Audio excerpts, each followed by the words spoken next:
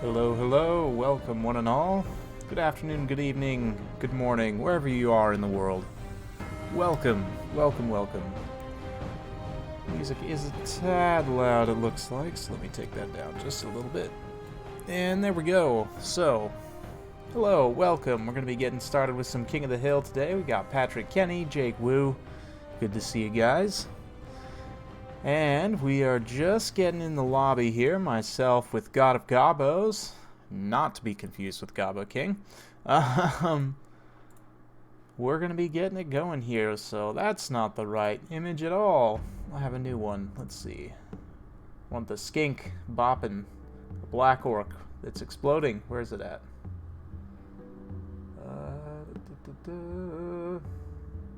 Aha. This image is my favorite, by the way. This little skink bro, I managed to time it perfectly where the salamander shot was landing right here and the little skink bro's bopping a black orc, so yeah, looks like he just got the power hammer. Alright, looks like God of Gobbo's going with the vampire counts. I'm gonna stick with the lizard men, so yeah, we'll get it going here. Let's see what we can do. We'll leave the MedTube music playing for a minute while we get in here. We got Foxaya, Loopy's in here, Mookip. Both these guys are on the list, so we'll be seeing them. So for those of you curious, we do have a pretty full list today. We've got a good 6 people plus an epic 2v2 conclusion planned. So yeah, so basically, assuming I'm not the reigning king by the end of this, I don't think I will be because we've got some pretty high caliber players coming through. But assuming I'm not, I'm going to jump in with the current reigning king and fight a 2v2 versus a couple guys at the end, so we'll see how that goes. Should be a lot of fun, but in the meantime, let's see what we can do here. We are going to go pretty deep, as they say. Get some army picks done and done. Good to see you guys. Well, I am playing the new OP Lizardmen, so we'll see. I actually haven't played him against the vampire counts yet, so I don't know how this is going to go. Could go a number of different ways, but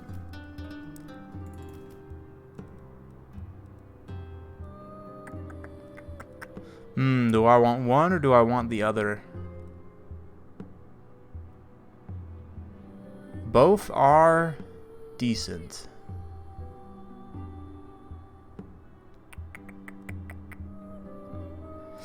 Let's go with this boy. Well, you know, actually.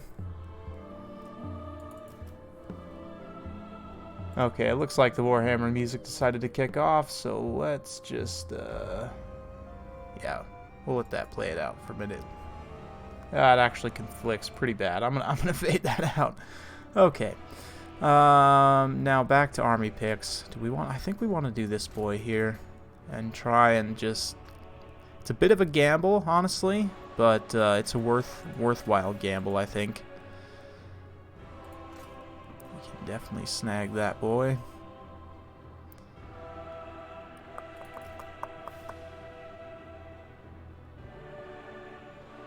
Could go pretty deep on this. I don't know if I really have the micro to pull that off, but I know, right? Like a high micro lizardman army.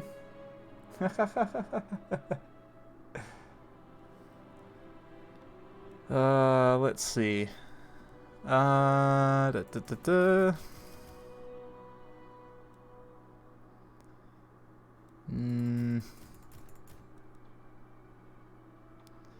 How would we want to do this? We probably want these guys.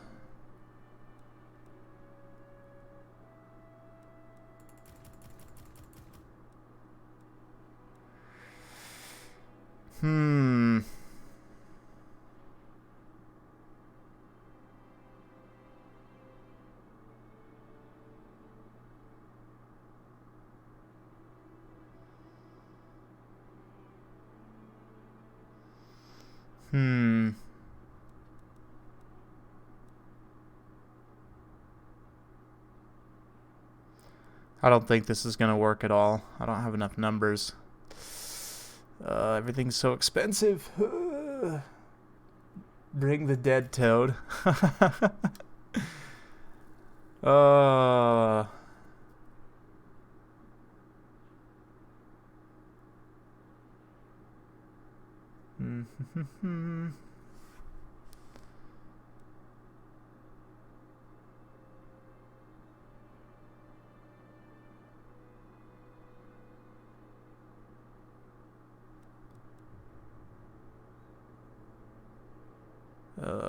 This just doesn't feel right. Somehow. It's hard to explain. You guys will see in a minute.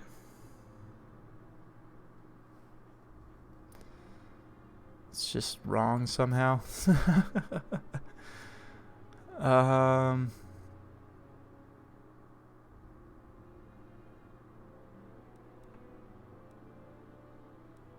Yeah, you know, if we could possibly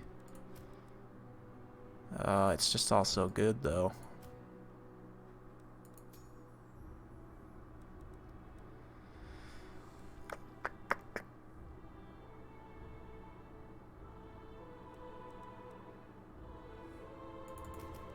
Okay, yeah, this is a really unkind army. I apologize in advance, God of Gobos. It is technically tournament legal. Everything here, hopefully, for those of you guys who are spectating, who are planning on participating, everything should be tournament legal. You know, we're playing this under the tournament rule set, but... Double-toed T-Rex, all the mouth breather. It's a little bit different. Not quite that, but... I guess we better grab the screen blocker there. Let's go ahead and switch this and do that. And there we are. Okay. We'll see how this goes. I don't think I have the micro to pull this off and talk at the same time, but we'll see. Yeah.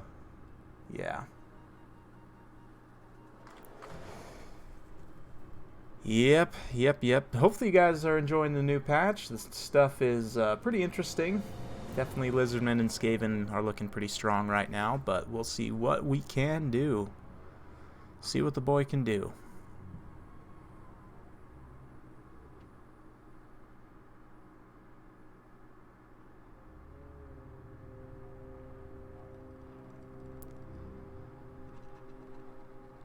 Yep.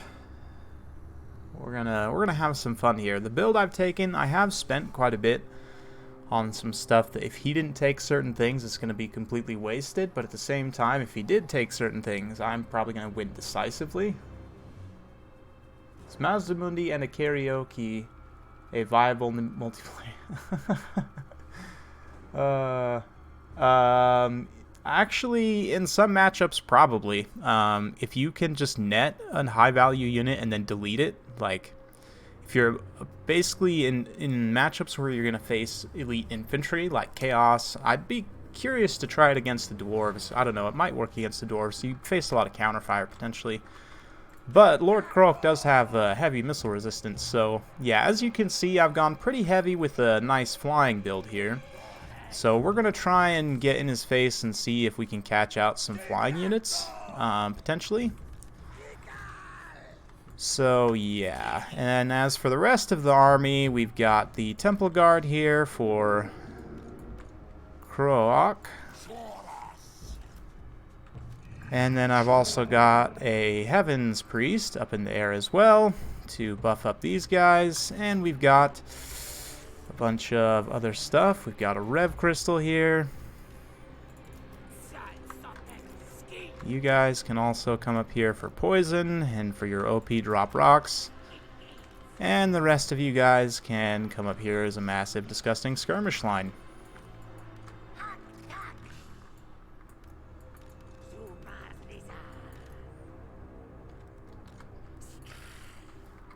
Okay. Going good, Grant. Going good. Good to see you, man. Yeah, we're gonna get this going. I have no idea if this is gonna work. It kind of depends on what he's brought. It seems like he's got a lot of troops. We have no idea. Kind of wish I had a salamander to apply that flammable effect. We could really slow down some units with the poison and flammable. But yeah, I just want to see how this goes. So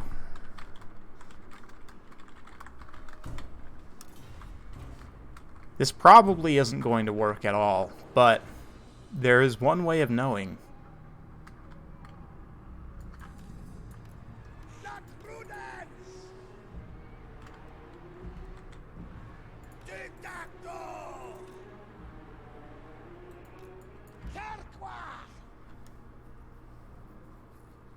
That's a lot of circles.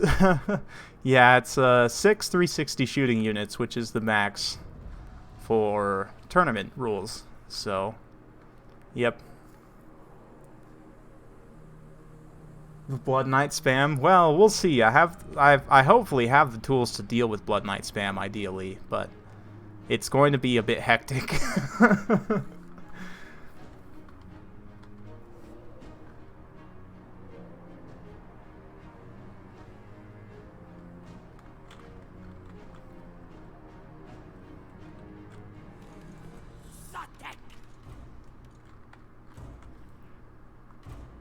Yep. Alright. Oh boy. Oh boy.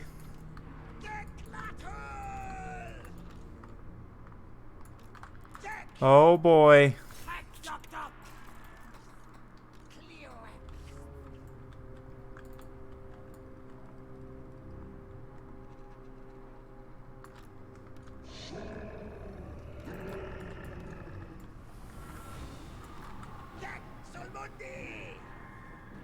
Oh, that did a lot of damage.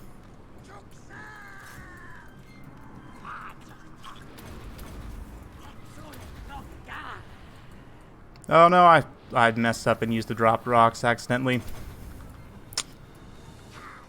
That was a huge mistake.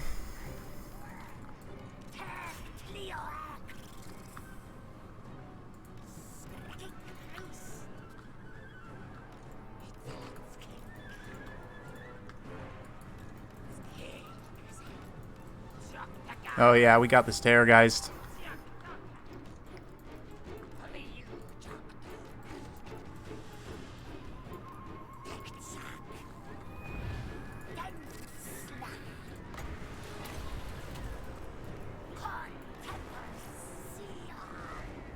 Oh, I think he just hit his own Terrorgeist.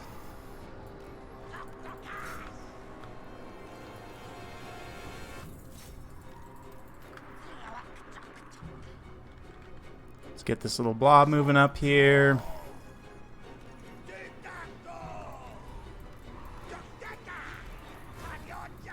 Doing some good damage there. Oh, Skink Buddy, what are you doing?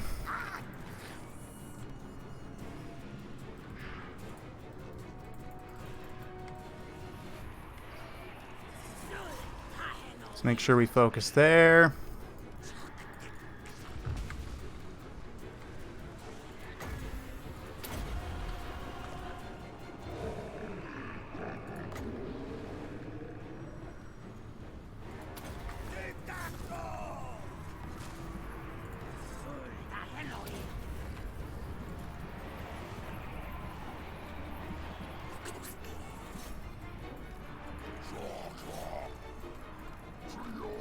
Yep.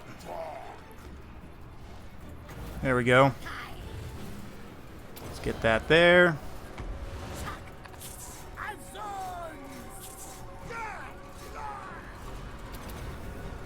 Go Toad Rage.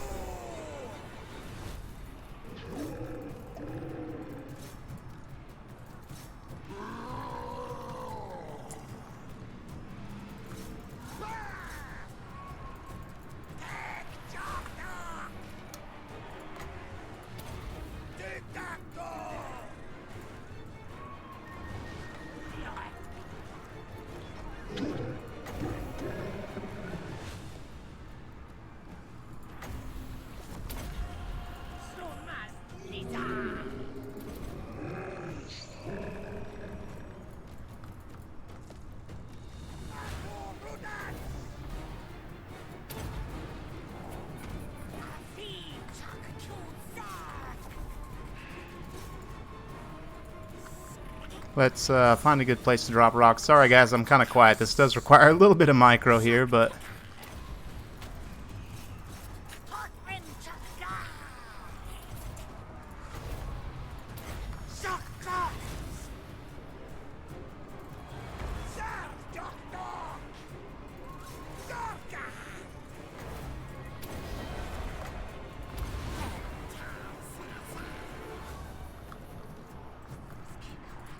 Get these guys over here.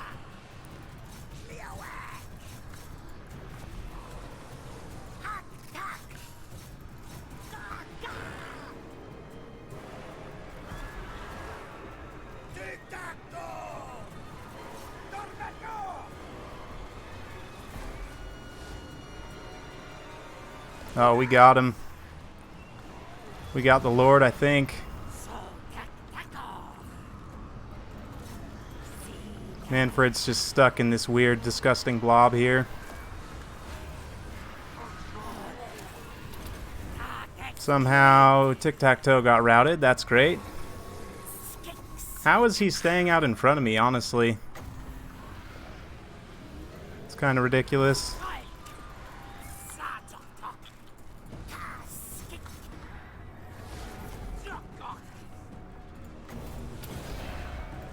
He's really still alive. Oh man, I should have been using that the whole time.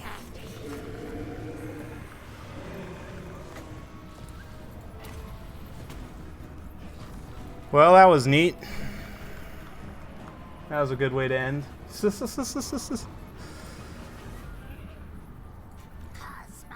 With Manfred just like still having 100 HP and unable to die somehow. It's only a little bit ridiculous, honestly. Like, how is he keeping up in front of me? I guess I'm the same speed as him, which is just stupid.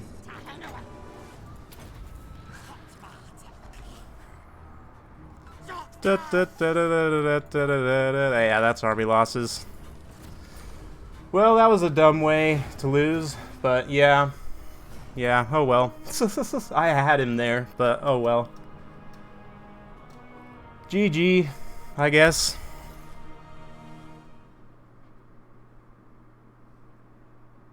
Yeah, that was... I don't know how Manfred survived that. That was just straight up stupid. Manfred just should not have survived that. There was no way. I had him fully surrounded there with Tic-Tac-Toe and the Clossodon Hunters. Like, I'm sorry, but he was like crumbling. That's why, see guys, this exact reason is why undead factions are OP right there. Any other faction I would have won that easily, because he would have routed, right? He would have fled off the battlefield and I would have chased his lord off the battlefield, or at least killed him, you know, while he was retreating. But instead, you know, he survives 100% and manages to stay alive with like 100 hit points left. So yeah, the salt is a little bit real. I'm just saying, undead or OP. Even still, but that's cool. We'll jump out, I'll jump back in as a caster, and we'll go on. Probably should just ban undead for these, but that's cool. Ugh. I'm super salty about that. I can't believe Manfred survived. Because the thing is, if he dies, like, it's over easily, but...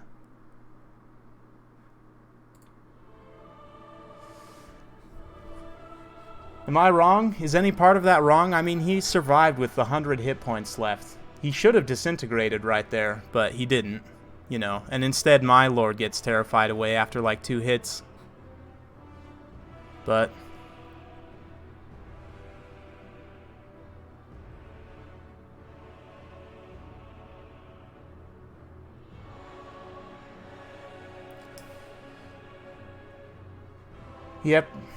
Yep, I was hoping, you know, that using, you know, good tactical maneuvering and getting, you know, a good surround on a Flying Lord with ideally the best Flying Lord in the game in his goon squad, you know, we'd be able to take him down, but it's cool.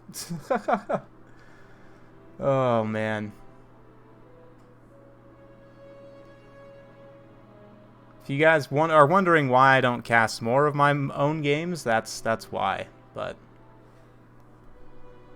Let's see, who's up next?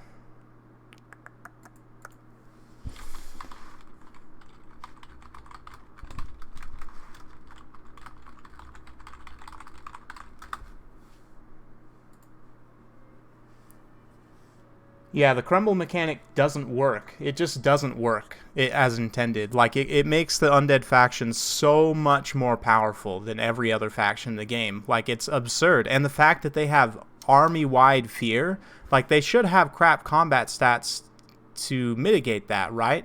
But if the crumbling mechanic doesn't work in the first place, like, you don't see units disintegrate unless it's army losses. Like, you just don't see units disintegrate. So, you know, like, is it just broken? Does the mechanic just not work at all? Like, I don't understand. If disintegration doesn't work, we should fix it, right? Shattering, if I'm wrong, if a unit routes 3 times, it shatters. I don't know if crumbling works the same way. I don't think it does. But if a unit is crumbling for more than, like, 30 seconds, it should disintegrate. And if a unit is, like, you know, a quarter of its HP left and crumbling, or, like, maybe not a quarter, but, like, a tenth of its HP left and crumbling, it should probably disintegrate, right?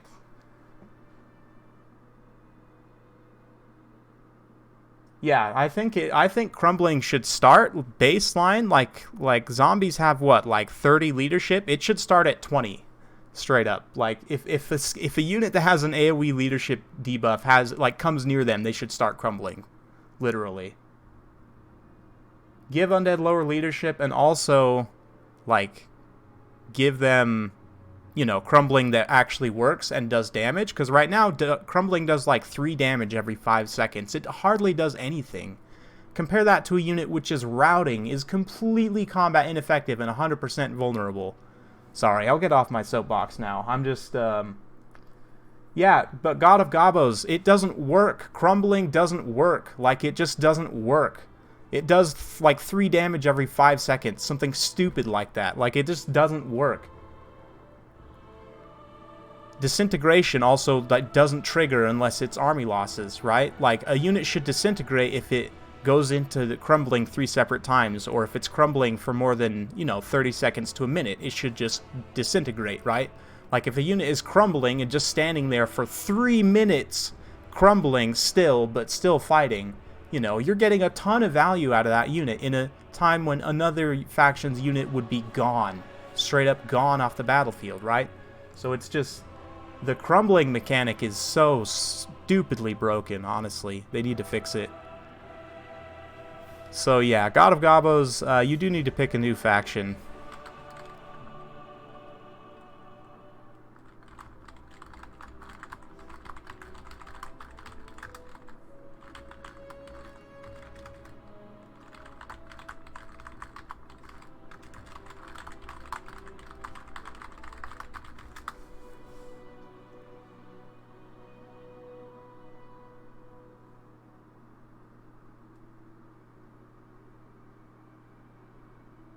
Yeah, see, and like, I had the Morngul crumbling, I had the Mortis Engine crumbling. Like, I caught out several of his units with that massive skink skirmish line and did a ton of HP damage to them to the point where they were crumbling. But no, pull back, heal up, you know, they can still micro them. It's stupid. It's so dumb. Like, honestly, I'm considering banning undead from this from now on until they fix it. Like, I was hoping that they would fix it in this last update, but they didn't. I mean, they fixed summons, which is a start. It's a step in the right direction. But the leadership is just ridiculous. Like, undead factions, like, right, 12 damage per second. But when a unit has 10,000 HP, like zombies do, that's nothing. That's literally a drop in a fucking bucket. Sorry for the language, but I normally don't swear on this channel, but it's ridiculous. It's absolutely ridiculous. Crumbling damage needs to be much faster. Disintegration needs to have more triggers, and it needs to trigger sooner. What else? I could go on. They already fixed summons, so that's not an issue.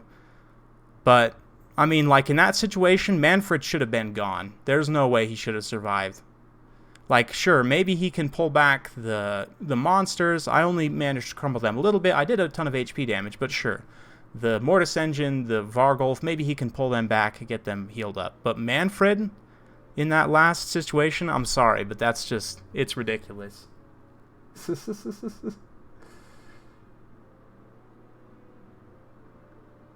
Yeah, I get it, Duck. You're one guy, and you know, it's not your fault. I'm not blaming you per se, but I just think that it needs to be addressed as soon as possible, because all 3 of the undead factions right now are miles above where they should be because of that.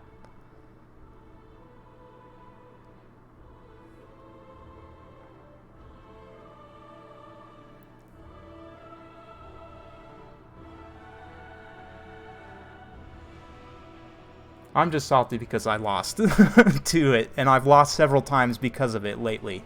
Because of that, like, especially Undead Lords, it's the worst. They'll get down to like 60 HP and squeak through even though they're crumbling, and it's like, okay, just disintegrate at that point. Come on. Like, really?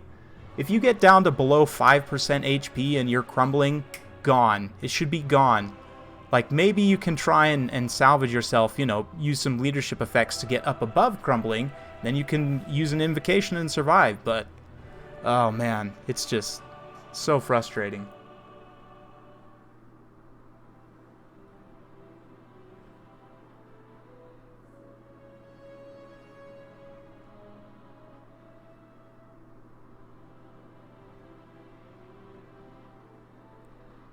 Yeah, there's a lot of stuff that needs to be addressed. For me, the Undead Crumbling one, because it affects 3 factions, like, all, you know, as their faction mechanic, like, it's just pretty glaring sometimes, but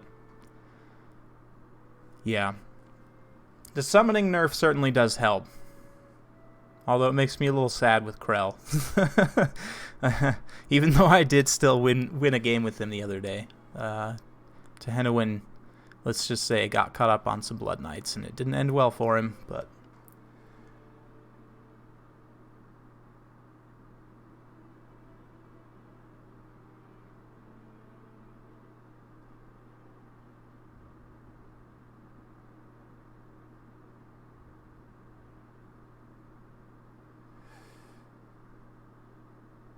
The list is over here on this very high-tech notepad. Right here. So we've already got Xiphos and God of Gabos through. Xiphos? I don't know. Yeah, I just wish that they would give you like 3 or 4 more people to help Duck. I don't know how helpful that would be to actually have like 3 or 4 more, you know, like actually paid full-time employees to help with balancing, but if you could make a few more changes. And I know a lot of it's like, I don't know how easy it is to get the main guys, because I know they're mostly focused on campaign, right? Which is understandable. Most people just play campaign, but ugh. Even in campaign, man, fighting undead is a pain sometimes because of that crumbling mechanic. Holy cow. Yeah. I'll get off my soapbox now.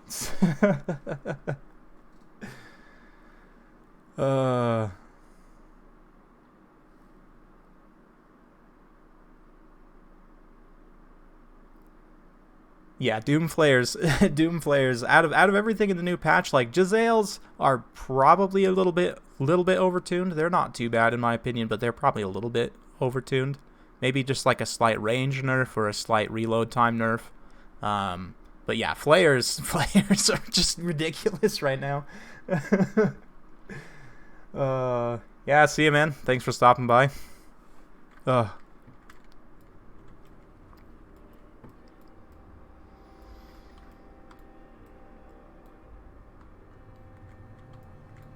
Alright, so we've got Empire versus Dwarfs here, which you know what that means. Dank tank time. Absolutely. Great pick against the Dwarves. We've got a couple great cannons here. We've got, let's see, handgunners. Yeah, just all handgunners. Lots of spearmen. Farley Crons up in the air. We've got just Foe Seeker. Okay, so nice and cheap. Looking for that sweet AP attack goon. Meanwhile, for the Dwarfs, we've got 3 anti-tank guns here. 4 anti-tank guns. Wow, that's a pretty heavy crew. We've got several Dwarf Warriors, some Miners with blasting charges, Thunderers, so yeah, I'm sensing an incoming artillery duel. What do you guys think?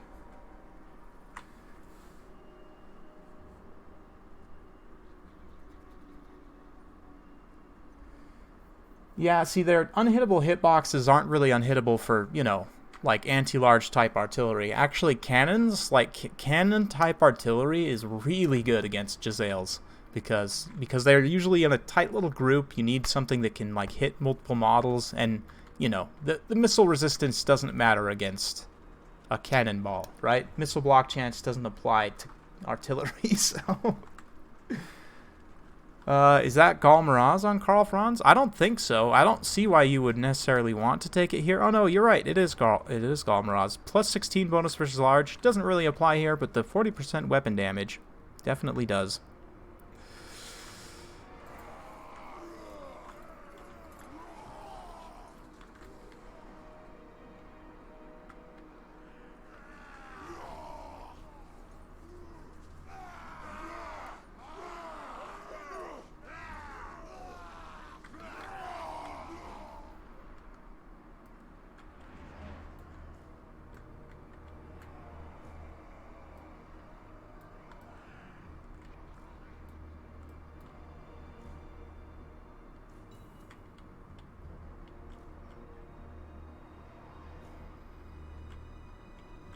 Alright, just checking some things here.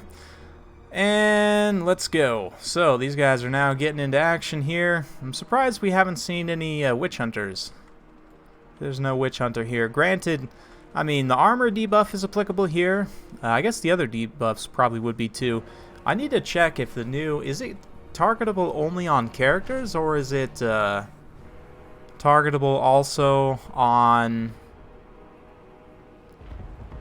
regular units? I want to say it's targetable on anything. You guys will have to let me know, but yeah, see, that's why I'm hesitant to nerf him too much, Romulan Dog, because without the Jezzails, the Skaven are really going to struggle again. Like, if Jezzails don't work well, then the Skaven are pretty much back to where they were before, so Jezzails definitely need to work well. I just think, I don't know, whoops, knocking stuff around over here, guys.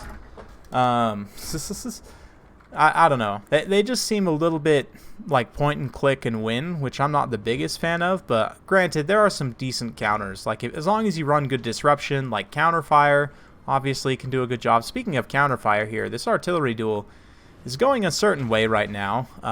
It's actually pretty even so far. Both sides have taken some losses. It looks like we're down to 2 guns there, 3 guns there still, all 3 guns over there still. The steam tank has taken a couple hits, but there is a Jade Wizard there, so focusing on the steam tank actually might not be the best idea. He could end up wasting a lot of ammo here. Looks like Farley Kron's trying to dodge some of those shots up in the air. Yeah, Artie beats Jezzails. That's the thing, is if you play forward, because the Skaven still aren't super mobile, so you can play forward from your artillery for the most part, unless your Skaven player is super sneaky with his vanguards and tries to get like some Death Runners or Gutter Runners in your backline, which is doable but expensive and risky at the same time. It looks like the Dwarves are actually losing out this artillery fight so far. We'll have to wait and see here, but you know, I say that, of course. One Great Cannon's actually been routed off already, so maybe not. But Rune Lord taking some unnecessary volleys here. But anyway, what was I saying? Yeah, like, you can occupy them relatively easily. The loss of models hits them really hard. Like, so if you have artillery, you hit them, it will blow up unit models, right? Like, it'll just one-shot the unit models, which does a lot of damage to the unit's stopping power, right? So, I mean, Jezzails honestly aren't that bad. Like, a lot of people are crying about Jezzails. I don't think Jezzails are that bad.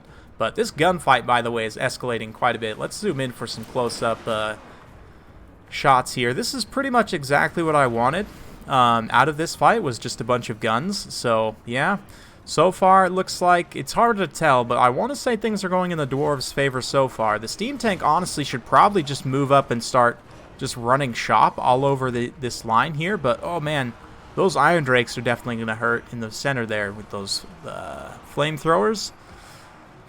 Blasting charges will do well initially, but once the spearmen get in, they'll actually do surprisingly well. It looks like Karl Franz swoops down. He's going to take quite a bit of fire here, but yeah, there's no missile resistance or anything really on him to help mitigate the fire of those Thunderers, so that's going to be potentially very dangerous, but it looks like those spearmen were able to mostly advance there, but oh man, look at that fire on Karl. He's just taking an absolute beating, and yeah, I think the Empire is done for.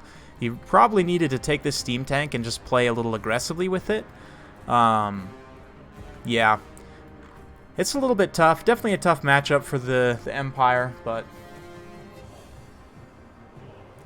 Doomflayers disagree. Yeah, I mean, Doomflayers are pretty mobile, but the thing about Doomflayers is the one way that you can actually kill them is if you get them completely isolated, right? So if you play up from your artillery, you're still going to have to engage on your front line or else risk isolating themselves in your back line, at which point you can use your own mobile units and, whatever you have to respond to try and take out the Doomflayers. But I mean, it's definitely give and take, but just in my experience at least, you want to try and use counterfire as much as possible to take care of the Skaven weapons teams. With artillery that outranges them, obviously. Giselles have pretty long range. They actually outrange quite a few artillery pieces. But, like your really long-range stuff, your Empire Great Cannons, your Dwarf Cannons, the sorts of stuff that we saw here, as well as I'm pretty sure Elf Bolt Throwers are right around like 350, I want to say, so.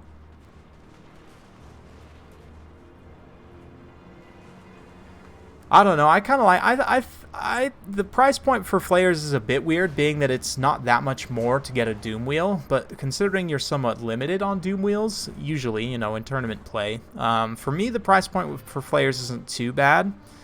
If they were to lower the price, they would have to give them a pretty significant nerf, like maybe put the armor down to 70 rather than 90, and give them like a significant melee defense nerf, especially, because that's the biggest issue. Their attack animations are just nasty, but I know it seems like we're complaining a lot about balance, guys, but it's just, new stuff. We got to discuss all the new balance things, but yeah, at this point, it's pretty over for the Empire.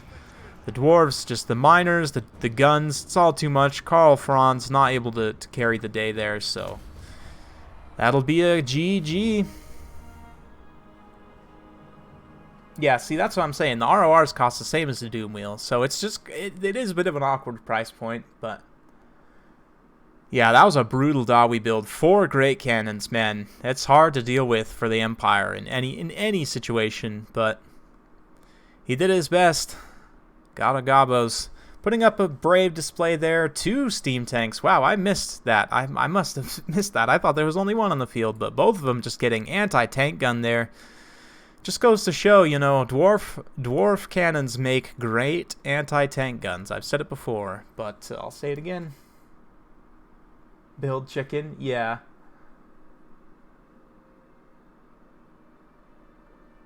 Chaos Chariot has 90. Yeah, but a Chaos Chariot also doesn't have a spinning, sweeping attack animation that kills everyone it touches. Like, that's the thing. That's the thing about this chariot you have to remember, is it's not just a chariot. It has, like, an actual large sweep attack animation where it runs around in a big circle. And that does so much damage. It's ridiculous. That's why I want to say, and it's also, like, it continuously staggers the units around it, so it's hard for them to get attack animations in, which is why I say 70 armor, so the attacks that they do get in actually do damage to it. But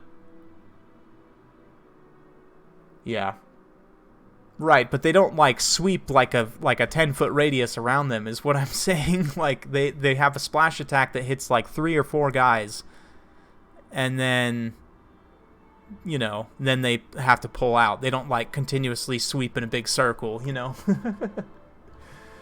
It's hard to say, Big Apple. I need to get a lot more games in, I think, but let's go ahead and get Loopy off the list since he's joined here. Yeah, hard to say, Big Apple, but don't get me wrong, Romulan Dog. I think it's awesome that they have those attacks, and I think that they're, great, and they should be great. It's a great tool to have, just to kind of like break up your opponent's infantry rush. But yeah, maybe 70 armor is too much. Maybe 80 would be fine. But I mean, if you look at the unit model, sure, the thing itself is pretty armored, but the dude sitting on it doesn't have that much armor on, and he's it's just sitting on the outside. Like, he'd be pretty easy to hit, it seems like.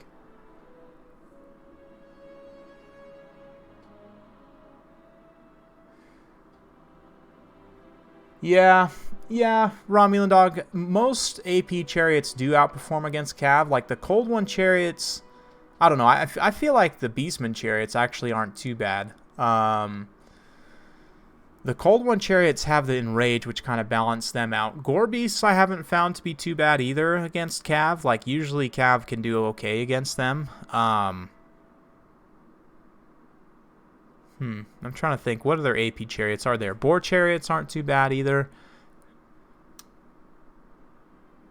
I mean, the Beastman chariots actually are okay. But, oh, did the game crash? I think the Skaven might have crashed the game.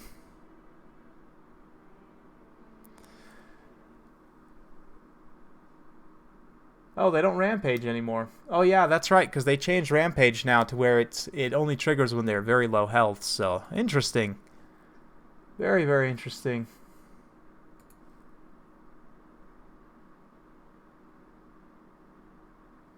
Sigma Fight, you are up next. So Cold One Chariots kill everything. I'll have to try that. I was a big fan of Cold One Chariots even when they did rampage. I mean, if you had good micro, you could keep them from rampaging by just not having them take too much damage.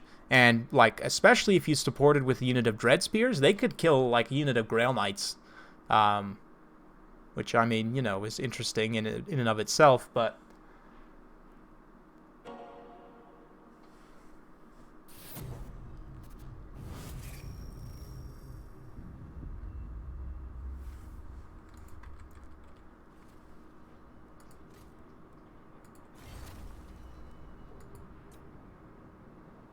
Oh, not that. That's not where I'm going. Over here. Let's see. Let's see if the, Okay, I'm gonna host this time as a spectator. And we'll get these guys back in here. Yeah, Cold Ones are really good right now. Let's switch the map to... Ash Plains.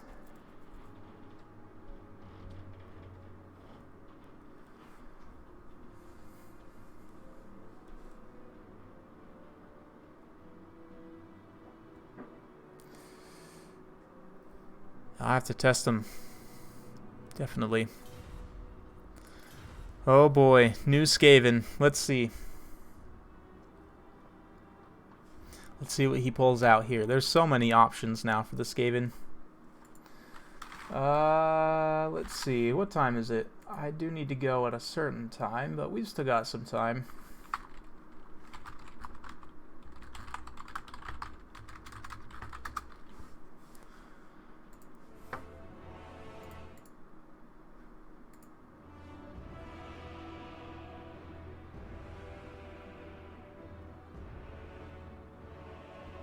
Yeah, hitbox debuff to give him a bigger hitbox, I think would definitely help. I think that, yeah. Yeah, an armor and hitbox debuff, even just like a -10 to -20 armor would be enough, I think, to make him better, but yeah. I would like for them to be strong, especially, I mean, they could manage to go down in price a little bit with that series of a nerf. It depends, obviously, on how it would work in practice, but... no, bonus versus X does not help melee defense. It only helps melee attack and weapon strength. It's the two stats that it applies to. Good question, though.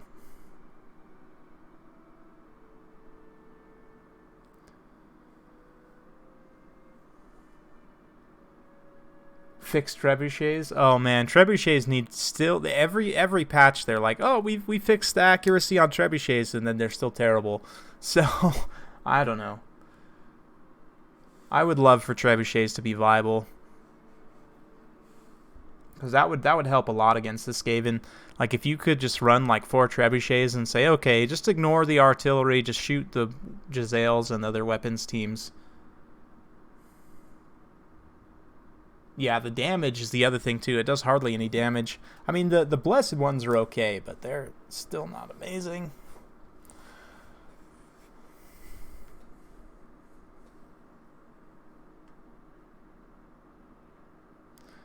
I guess we could compare, but maybe we'll do that another time. Maybe I'll do like a trebuchet test and see what the best artillery pieces in the game, like the different, you know, the trebuchet style, your single entity model, your...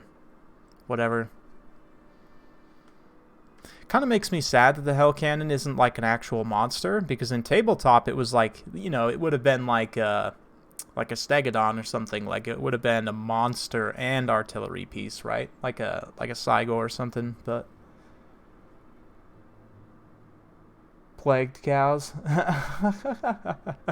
I would love an AoE like damage, like it would drop like a little AoE vortex damage. That would be pretty cool.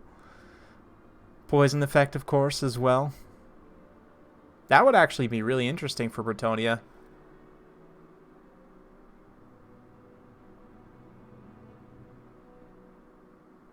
Tree buckets.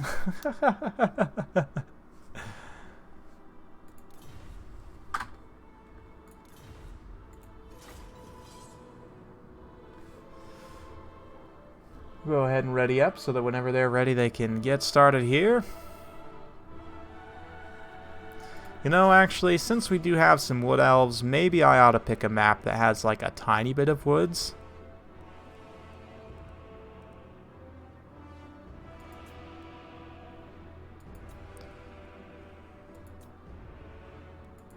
A lot of these dark elf maps are just so bad, though. Oh, man.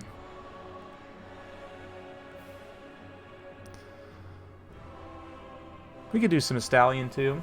That has both woods and a favorable position for the Skaven to deploy on, so it's a win-win.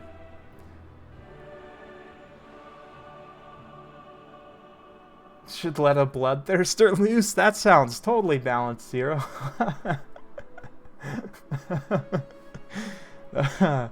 Oh man, I just want them to implement an attack animation with it, like going down and like eating people, like smashing into infantry in front of it. Yeah, that's what I want.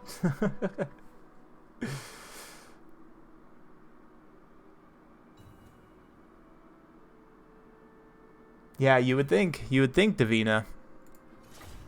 All right, looks like we're getting going here. Gonna have some Skaven versus Wood Elves. Pesky Tree Elves. I don't think I've actually seen this one with the new stuff, so I'm gonna be interested to watch this as well. Oh man, I'm still salty about Tic-Tac-Toe.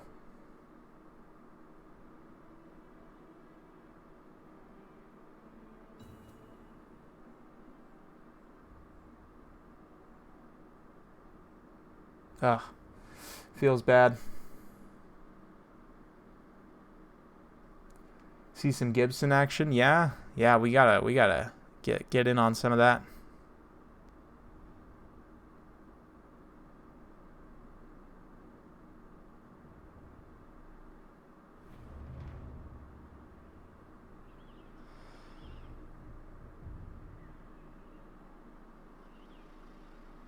Da-da-da. Why are you salty?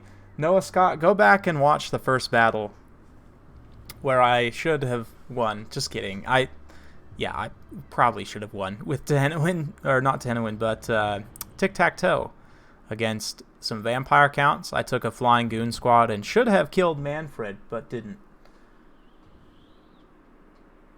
But it's all good. I just went on a giant, rant about how Crumbling is OP, and then Duck came in and we had a good discussion, and then it was over. And now we're here. Yeah, let's see some Gibson action. I think actually that Orion could be potentially really good here. We'll see. Let's see what we've got here.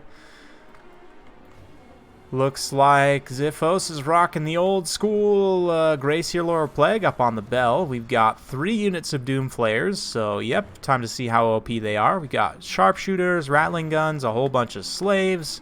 Pretty standard stuff. Plague Claw Catapults, some Rat Ogres. Clan Rats actually mixed in with the Slaves. Interesting. But yeah, 3 Flayers. I'm interested to see how that does against the Wood Elves. We've got a couple Dryads, whole bunch of Glade Guards with Hagbane tips, and some Starfire Shafts, Eternal Guards, Orion. Nice little Death Star here. I don't know. This is just going to get run over by the Flayers, I think. We do have a Forest Dragon as well, but Rattling Guns up front, ready to suppress incoming infantry. Orion should have Vanguard. That would be cool.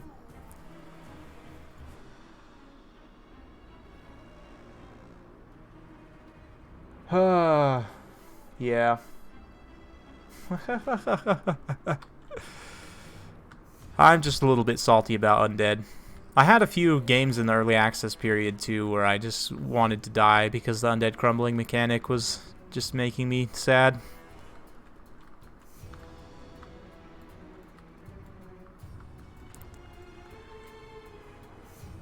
Something tells me that the Skaven are going to win this. I think it'd be cool for Orion to have Vanguard. That'd be super spooky too. Just have them immediately run in and start terrifying units. We'll see.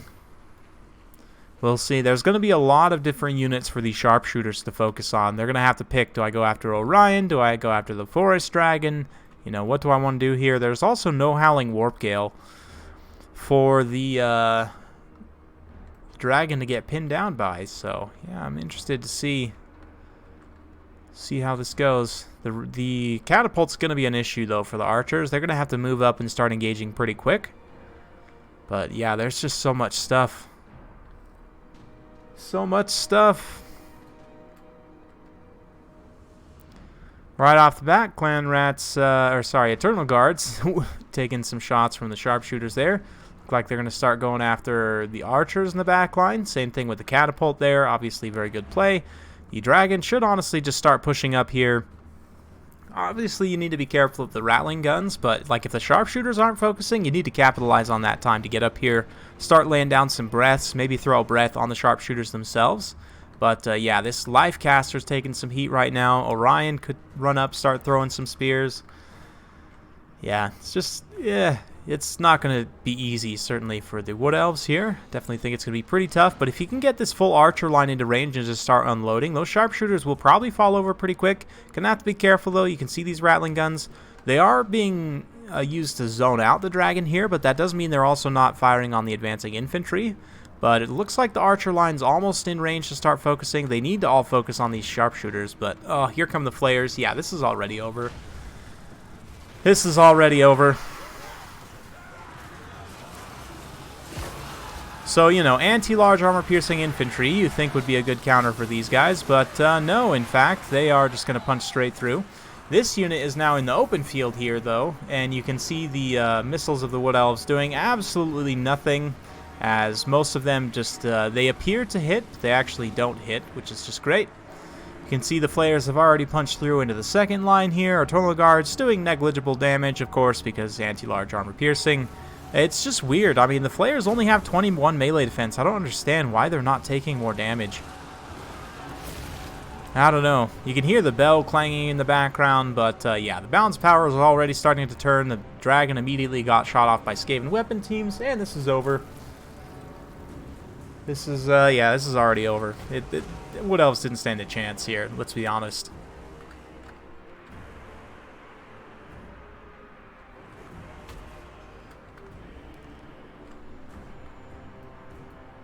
Yep, flayers are running rampant in the back line, and there's absolutely nothing that can stop them. Even a unit of Wild Riders wouldn't have been able to stop them. I'd be curious, you know, even Prey of Anathrema and, like, concentrated Waywatcher fire probably also wouldn't be able to kill them.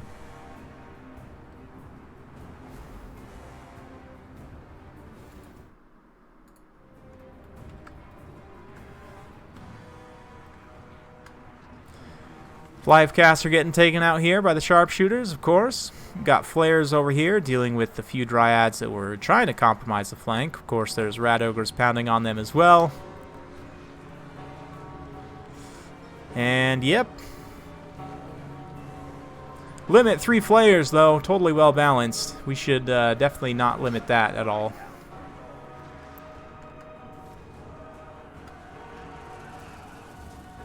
See, like, look, these guys aren't wearing a ton of armor. They're just got dresses on, mostly. I mean, sure, they got, like, helmets and stuff, but they're mostly just wearing dresses.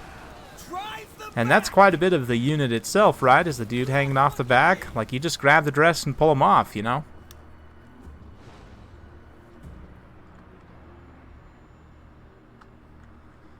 Yeah, no Wild Riders, which is a bit sad, but, you know, it is what it is.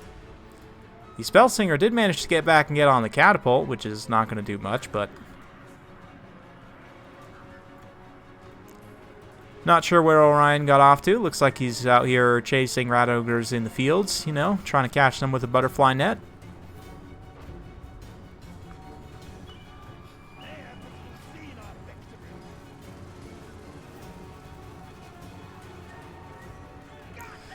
Yep. Rattling guns doing their thing, just absolutely mowing down everything that comes close.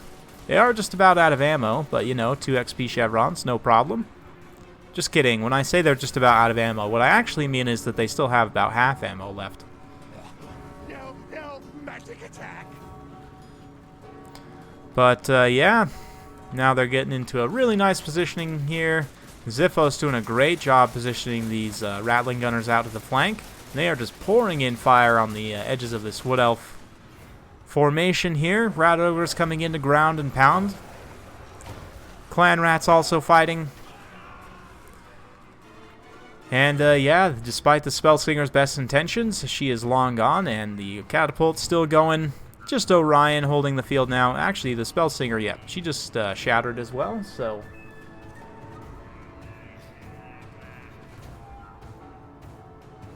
Yeah, Davina, yeah.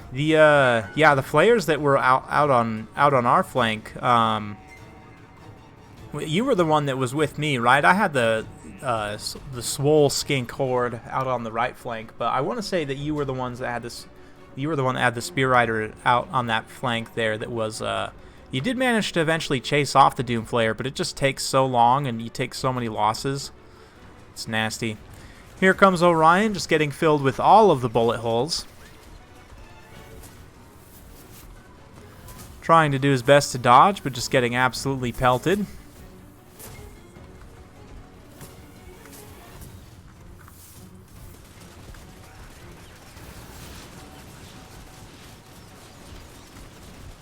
Get a nice bless with filth on those rattling guns, because why not?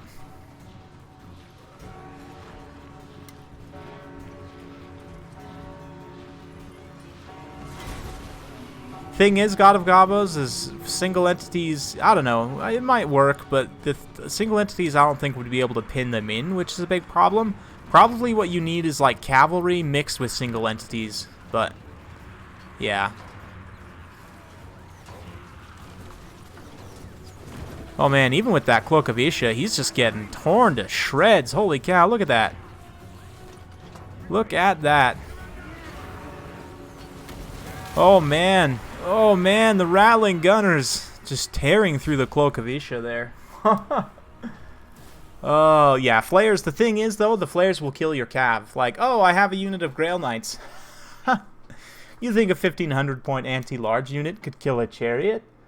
1500 point anti-large cavalry unit at that? Oh, yeah. Don't think so.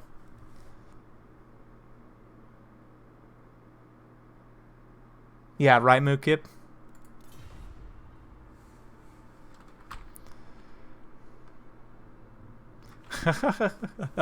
Yeah, Loopy, it's a rough one.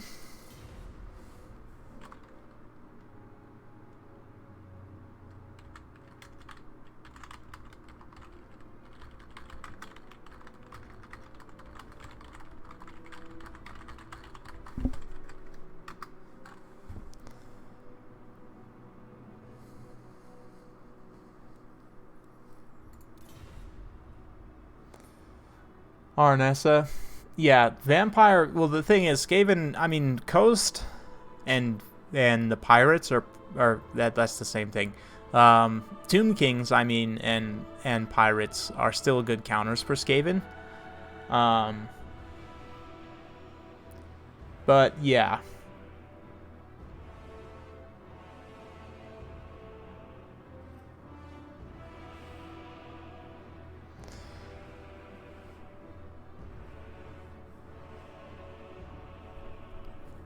Yeah, it's just... Oh, man. It's tough.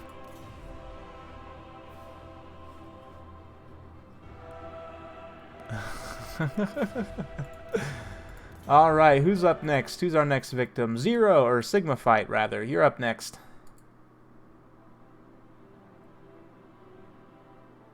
I don't know. The thing about Skaven versus any undead faction is because their leadership's so poor, like they'll just run away instantly to zombies even. So like Tomb Kings, the other thing about Tomb Kings is chariots. Tomb Kings chariots are a nightmare for Skaven to deal with. Um, like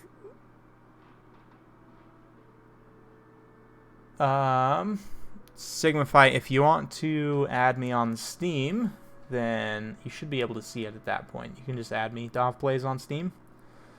But yeah, Tomb King's Chariots, like Rat Ogres only get you so far, especially because like that's one matchup where Skeleton, Archer, Horseman are actually really good. Like the range, they have long range. They're fast enough to stay out in front of Rat Ogres. They can shoot Rat Ogres.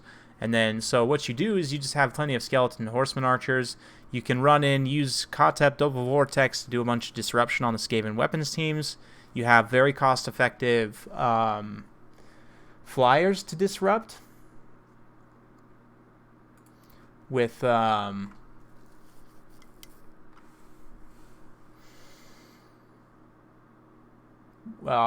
I'm getting distracted here. Like you can run in, you can disrupt with the carrion, then you rush in. If you just have mass chariots, I don't know. I mean, granted, it probably doesn't work as well as I want it to against the new Skaven stuff, but I just feel like if you have the chariot stopping power, you have a little bit of single entity stopping power, enough to take down like Doom Wheels and Hell Pits, and then you have enough disruption as well. Like, there's just not a lot that the Skaven can do at that point. I don't know. Yeah, and that's the issue now with the Flayers God of Gobos is how do you deal with them, right?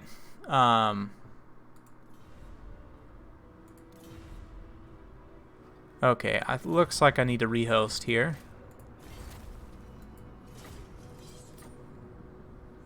Whoops, not that.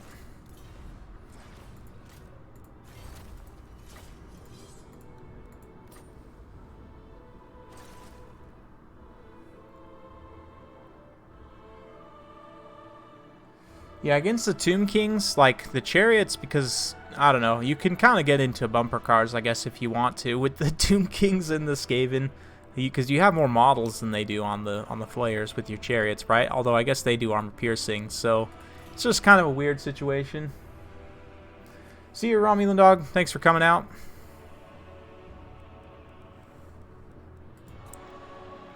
Let's pick a map here. Karok Bufdar's a relatively good one.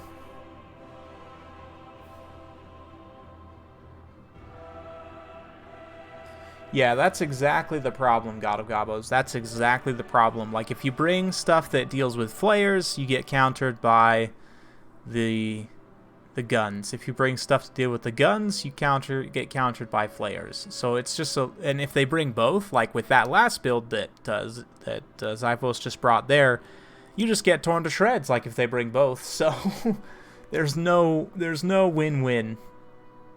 I don't think so, Zero. We can test, but I don't think so. I think their hitbox is too small.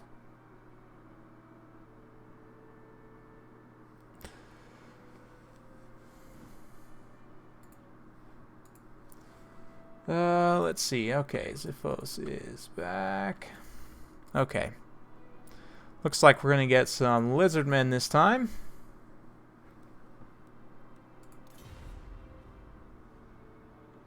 Versus Norska. Interesting. This is I haven't actually seen this one since the lizards got their new stuff, but I've theory crafted that salamanders could be really good here if you could protect them.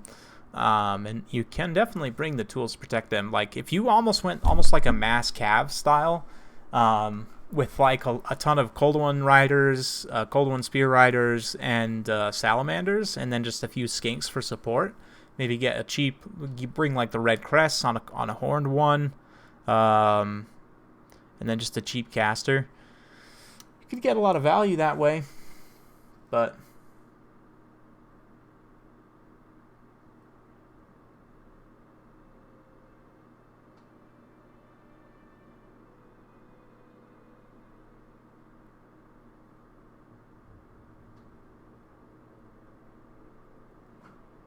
Yeah, I don't know. I need to do some testing with the flares and see what the best counters to them actually are. But right now, they're just so good. They're so, so good.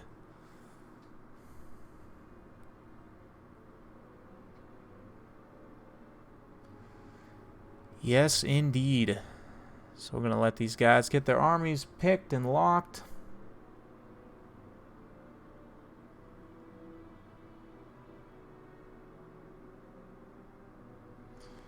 And lockpicked, you know, maybe a little Skyrim later. You know, actually, I was thinking that after we do this, this King of the Hill, that maybe I play some Throwback Thursday something later. I don't know, maybe like maybe a little Attila or something else. We'll see.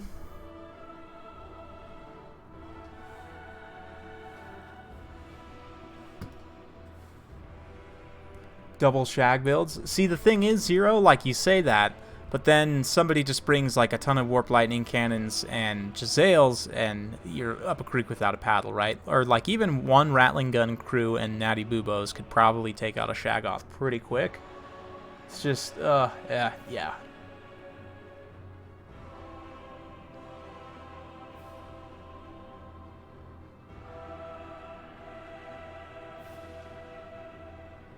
Beasts of Tashnar. Yeah, the Hounds are a really good pick here. Both the, like, if you get a ton of Ice Wolves are really good here because they have a ton of weapon strength. You layer them in with, like, Beasts of Tashnar and other stuff. Yeah. Not too different from Boshabti. I think they're honestly, yeah, I guess that's a pretty good comparison. Boshabti are a little bit harder to kill individually, like their models, but they do have shorter range and they don't deal quite as much damage. Deck Gunners is another good comparison, but Deck Gunners don't deal as much damage as well. But, yeah. Hey, Aristo. Good to see you, man.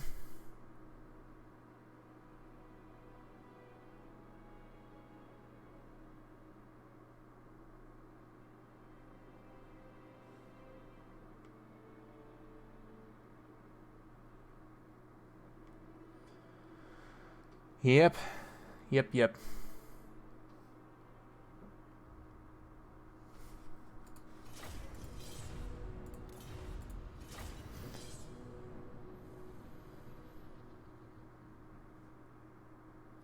Are Deck Gunners crazy OP? I've never felt like Deck Gunners were that OP. Probably because they have like 1,000 HP, so you can kill them instantly. They also don't have, 70 armor and a missile block chance like Jezzails do. So, just saying.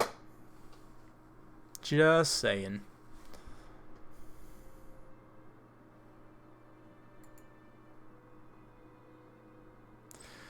Yeah, we'll see. I think Jezzails are honestly fine. I just think that the flayers need some looking at.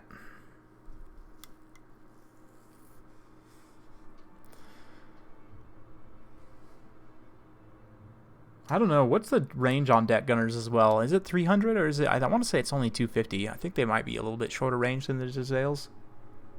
Yeah. Yeah, they're even better. Granted, they're not undead, though, so you can't, heal them when they're crumbling. Instead, they just run away.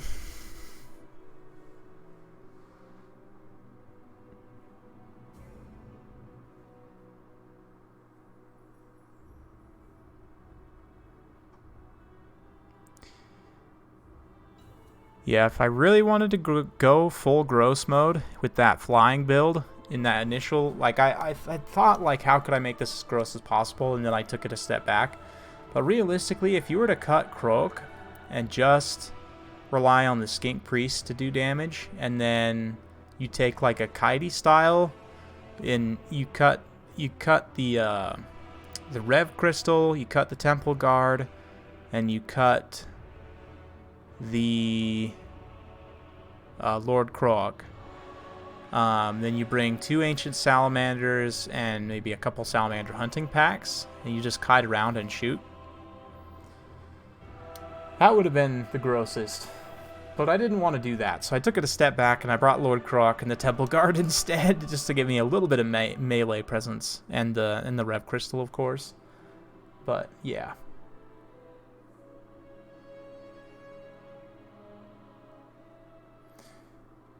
I guess Aristo, yeah.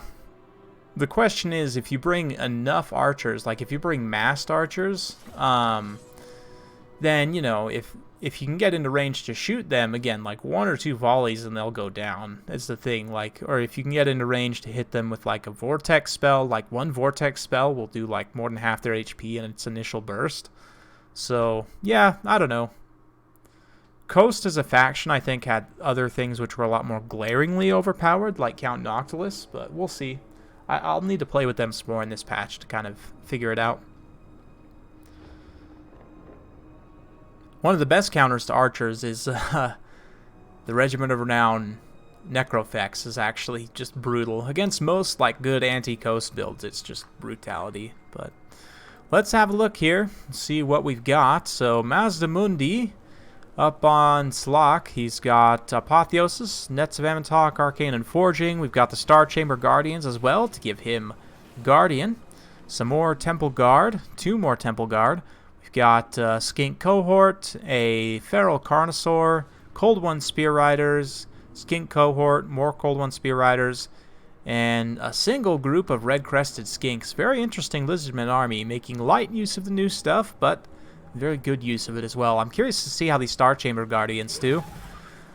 Elite Halberds tend to be pretty good against Norska. We'll see. Star Chamber Guardians don't have the most melee attack in the world. Only 38 for a unit this expensive. Actually isn't that great. Only 85 armor as well. Granted, 51 melee defense. They do have pretty heavy weapon strength, but we'll see. For the Snorskins here, we've got up front 5 Marauder Berserkers. Wow, very heavy front line of Berserkers. We've got 3 Spearmen, Balefiend Lord of Shadows, 2 Norskin Trolls, the Troll King himself, Mr. Throg. We've got, let's see here, Norskin Warhounds. Yeah, good stuff. Aristo, I was going to in that first game, but then I didn't because I like God of Gobos as a person, and I didn't want to do that to him, and my build was already gross enough.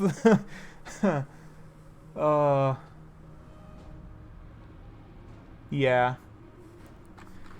Yeah, you just use the poison and the Ancient Salamander to debuff unit speed, and they just can't get away from anything. Can't catch you. Throg is a bad choice. We'll see. We'll see. Throg is good at dino hunting, but Krokgar on foot especially will take a pounding to him, and Hand of the Gods does a ton of damage. If you have like a Salamander, you hit him with the Salamander and then hit him with Hand of the Gods, Throg will disappear. Like, just straight up, he'll be gone. He'll just go away.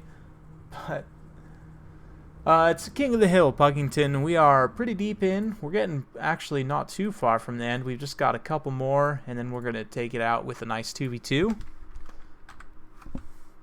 But, yeah. €1 million prize pool. Yes.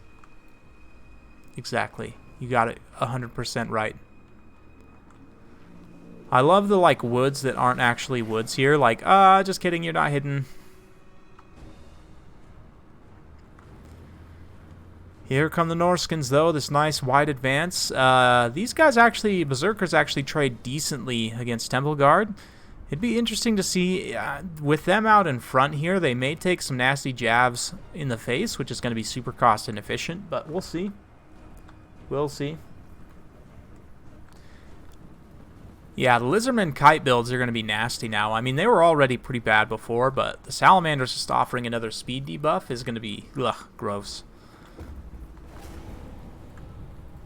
Especially because they have like an air goon squad that can just, you know, snipe out mobile units. But Enfeebling Foe there on the Feral Carnosaur looks like Berserkers are going to, instead of taking jabs to the face, going to start moving up and around. We've also got some Marauder Spearmen coming in as well. These guys are all wild with their spears out. They're going to do basically nothing as the Carnosaur quickly pulls away there. You can see the Trolls coming up. Interesting to not see any Famir. Famir, great weapons, typically are pretty good in this matchup. I guess with the Temple Guards, it's a little bit of a change. But yeah, this is not the best either. These Skink cohorts are getting some really nice precursor volleys here. Oh man, that's really good damage against a pretty expensive unit. They're basically just paid for themselves right there. Meanwhile, over here, Mazdamundi is supporting the Carnosaur, just saying, like, hey, if these infantry just want to get deleted, we can just stand here together. and, you know, do our thing. Meanwhile, the trolls and other units rushing up the hill, getting ready to meet the Temple Guard. The Star Chamber Guardians here, with their magic attacks, will cut through the physical resistance of the units, of these Norscan units, while they're enraged. Especially the Berserkers here have 22% physical resistance while that effect is active. So the Star Chamber Guardians will do quite well there. We'll see. It looks like some trolls charging in. Not actually charging, but just sort of awkwardly engaging there. But, yeah, Throg comes to support those infantry a little bit too late, and they do get terrified away there. He's also going to get hit by an Arcane Unforging. You can see the Berserkers, not really sure exactly what they're trying to do here in terms of positioning. But, yeah, Cold One Spear Riders coming out to this flank as well. Throg is pretty well isolated at this point, but the Fimir should be supporting with some spells here. Doesn't look like there's actually been an enfeebling foe popped, but the Fimir is making his way over. We've got these Warhounds. They looked like they were maybe going to try and go after those Red Crests, but they did unfortunately get caught by those Cold One Spear Riders there. Looks like Throg's getting pounded on a little bit by the Carnosaur. It's a little bit rough, but we'll see. Some more Spearmen did come back for support there. Looks like these Cold One Spear Riders sweeping up and around the flank, and yeah, the Berserkers, you can see where they do get into the regular Temple Guard, are able to trade reasonably cost effectively, but these guys just need to get into the fight as soon as possible at this point. They've been kind of just hanging around for way too long, and Throg getting caught out and isolated here is not the best. More rallying Marauders getting in here. We've got Red Crests coming in as well. We'll see. The Red Crests in a supporting situation like this with their poison will actually be pretty decent. You can see them getting in, doing some good bops and so on. Meanwhile, it looks like a net of Ammontok netted those spears there so they can get caught by the Star Chamber Guardian and just absolutely annihilated. So, yeah, Star Chamber Guardian's such a cool looking unit, man. Definitely one of the better looking regiments of renown in my opinion. Oh, and here comes Mazdamundi, side door with the steel chair and all that, getting the extra physical resistance. Not that he really needs it at this point. The battle's pretty much over. You can see Throg's routed off. The Norskins do have a pretty good presence over here. They've managed to deal with one unit of Temple Guard, but these Berserkers just kind of made this big, wide sweeping engagement. That allowed Xiphos to come in and pick off this flank very aggressively, just collapse a few units, get some good leadership damage done, and now the Fimir Balefiend is isolated here with the support of only trolls, which is not the best when your only supporting unit is a unit that will probably run away almost immediately, which, you know, they are already running away, so big surprise there. There are still quite a few Berserkers, but oh man, here comes the banishment. Here it comes. Oh yeah, gonna catch a few of those Marauders. It wasn't the best catch actually, but it should sweep into this back line, or will it roll back over? Let's have a look. Oh man, it does roll right over top of those Marauders. Looks like shielded old ones trying to protect the Star Chamber Guardians. They will still take a little bit of damage from that. But oh man, that just ripped apart those Berserkers. Mazdamundi taking no prisoners here. 101 kills. He's just racking it up. Angry dinos all over the field. And yeah, Throg's getting chased off at this point by the Carnosaur.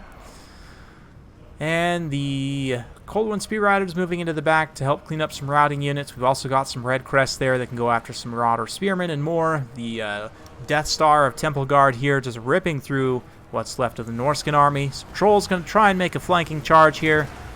But, I mean, come on. There's a Regiment of Renown unit of Temple Guard here. This is not going to go particularly well for the Trolls. Marauder Horsemen getting charged on by Mazdamundi. A little bit too danger close. And that's going to be game.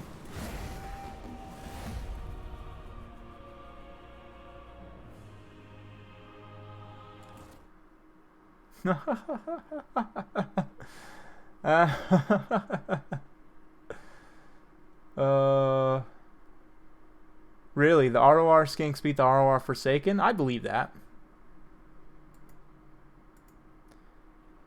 Yes, Xiphos is a top player. Yes. Brutality. Angry Frog OP.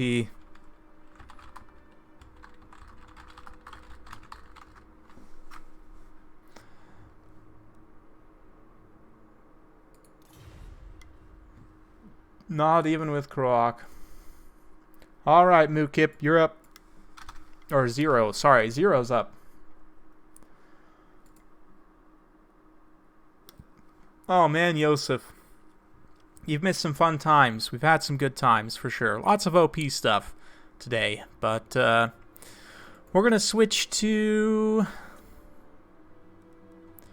let's do... It's a good map. Nope, not that one.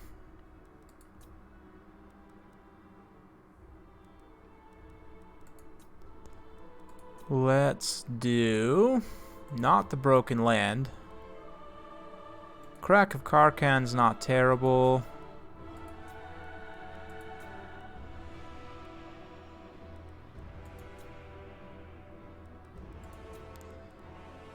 Okay, let's do...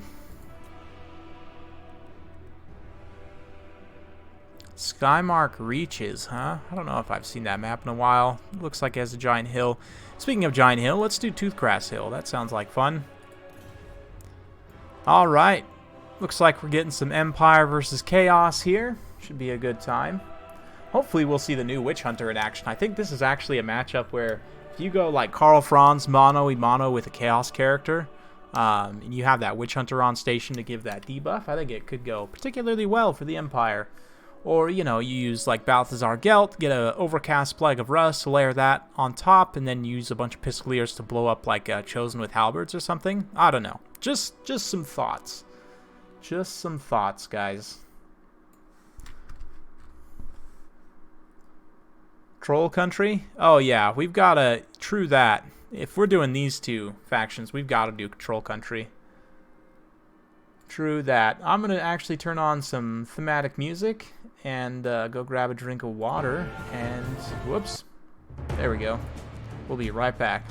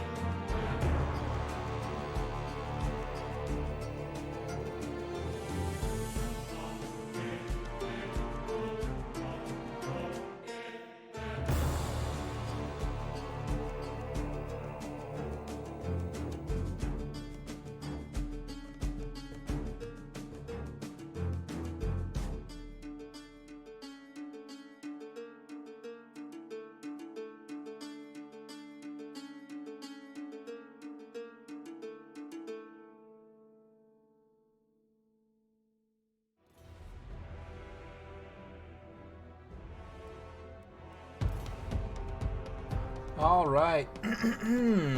I am back from the Shadow Realm, and we're here to look at this beautiful image of a skink. Yes.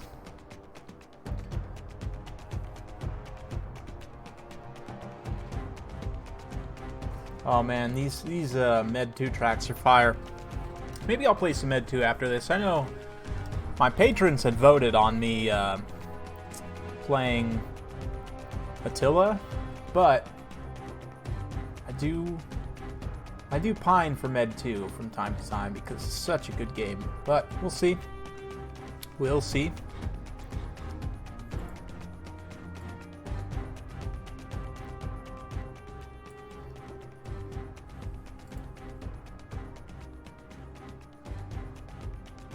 Shogun Total War Troll Country. Yeah, this map is definitely a fun one for sure. So we are ready when these guys are. All right. Hopefully you guys are enjoying today. It's a beautiful day outside. I'm going to be continuing on here with this for a few more games, and then we've got some stuff planned for later in the day, some Throwback Thursday type stuff. So yeah, hopefully you guys are excited. I know I'm excited. See ya, Skink Bro. Yep. Oh man. Here we are on Troll Country. This is the place where men are made and battles are won or lost. It is a place of glory and of many other things, I'm sure. We shall see.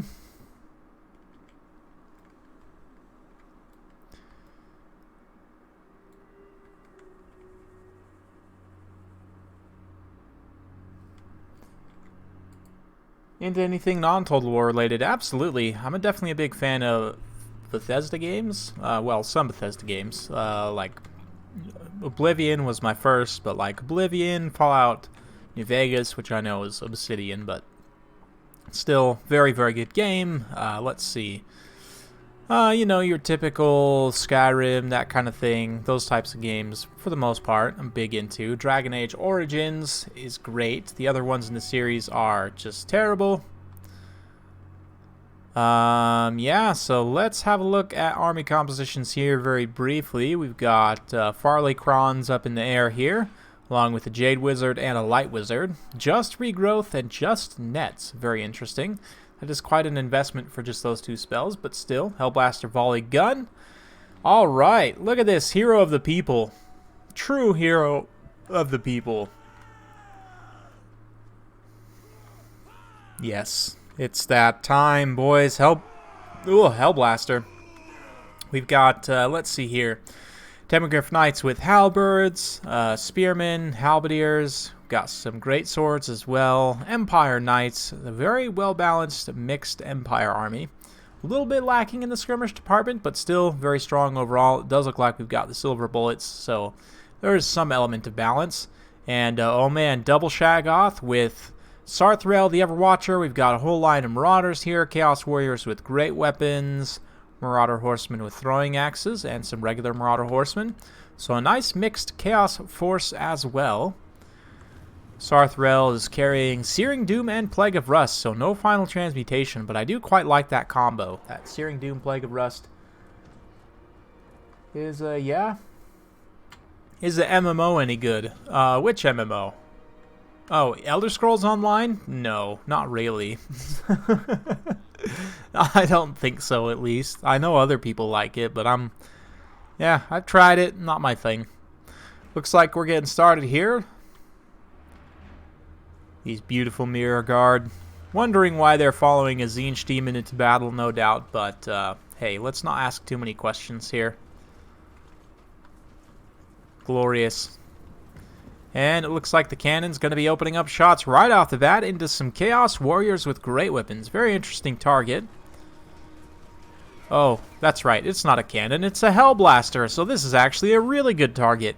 We'll probably tear these infantry to shreds as long as it can actually manage to target the center line of the unit. But even if it does target this side flank here, you can see some of the overshots may actually hit this unit behind. So that's not actually the worst here. He's still going to be generating some really good value, even on the misses there. So yeah, good stuff so far. We'll see. Hellblaster is quite an investment, so you do need to get quite a bit of damage done to make it pay for itself, but so far so good. So far so good. The monsters are starting to press up on the flank, though. You can see the Empire conceding the high ground, sort of pulling back a little bit there, and it does look like an overcast Searing Doom. Oh man, that's going to do a lot of damage to the artillery crew. It does like about half HP damage to the artillery crew. They're going to run back, get back on that artillery piece, but here comes the monster squad blowing up some spearmen right off the bat, trying to probably bait those Demigryph Knights into an unfavorable situation. You can see that there's throwing axes in support here, although Franz himself does come down, just no holes barred, straight into Sarthrael, gets a really good attack on him. He is going to take some damage from the Shaggoths in the meantime, but those state troops will be able to support as well. These Demigryphs honestly ought to come up and around. Oh man, Franz just took so much damage there. He might have taken... Yeah, I'm not really sure. He took a ton of damage there, but... yeah, it does look like Reichland Runefang was popped there to give those Demigryph Knights more attack. He's going to himself come back around. He's got Galmaraz active as well. He's going to have to be careful, though. Oh, man, Carl, there's 2 Shaggoths right here, and an Overcast just did a ton of damage to Sarthrael himself. It does look like a Regrowth is going to be cast on Carl barely at the last second to bring him back up to snuff, but the Demigryph Knights here, they do have an Overcast Plague of Rust on them, but they're in here right mixed up with the monsters where they need to be. Carl's going to come back around, and the Hellblaster firing in point blank here probably needs to switch his targeting. It's hard to say. Friendly fire on Carl will be quite devastating, but there the handgunners open up and get a very good volley on some of those Shaggoths. We'll have to see. Carl's in a little bit of a pickle here. He's got Regrowth still going on him, still healing him up, but, ooh, man, that Searing Doom could finish off this artillery crew here. It looks like the Hellblaster volley gun does stay online with all 3 models, and the focus fire is on the Shaggoths here. The Great Swords are also piling in there. Chaos sort of cleaned up this high ground position a little bit. These Demigryph Knights are coming back from route, but the handgunners are at least momentarily still online. These Empire Knights making sure those Marauders don't get on top of them. Unfortunately, the Mirror Guard and the Shaggoths are making their way over here. Carl, sensing that Big Bird's a little bit exposed here away from his Shaggoths, is going to pounce. This is exactly what he needs to do, is defeat these monsters individually. Big Bird just nomming on the cannon crew there is going to take a nasty charge from Carl, take a ton of damage there. He is, of course, unbreakable, but the Shaggoth immediately going to come respond, try and get a good attack on Carl. Carl's now pinned in by these Marauder Horsemen here, which is potentially a huge issue for him, but it does look like we're going to get another regrowth into Carl here. Looks like Silver Bullets, because he pulled those Shaggoths away, they were able to get back online, and that's really what Ziphos is doing here, is forcing the Chaos player to make different decisions about what to do and where to deploy. It does look like another Searing Doom going to come down, potentially a lot of damage on those Silver Bullets, a pretty decent amount of damage, absolutely. But Carl just relentlessly going after Big Bird, and a huge attack there. Big Bird is very low on HP, down to about 500 or so. So he's in a very dangerous situation. Likewise, Carl, though, being caught out by the double Shaggoths here, is going to turn around and fight momentarily. He doesn't have much healing cap space left, though. So he's going to have to be very careful here. Oh, man, the 2 Shaggoths might pull it away. The Empire, if they lose out their leadership here, is going to crumble very, very quickly. So Carl does get back up into the air. Gonna have to be careful on his leadership, but we do have a Shaggoth about to go down here. It looks like the gunfire will probably finish it off. One more Searing Doom, this time more concentrated, is able to be dodged there by those Silver Bullets. Silver Bullets need to stay online. Great Swords are honestly doing a great job here, just cleaning up Chaos Infantry left and right, sustaining, holding their ground.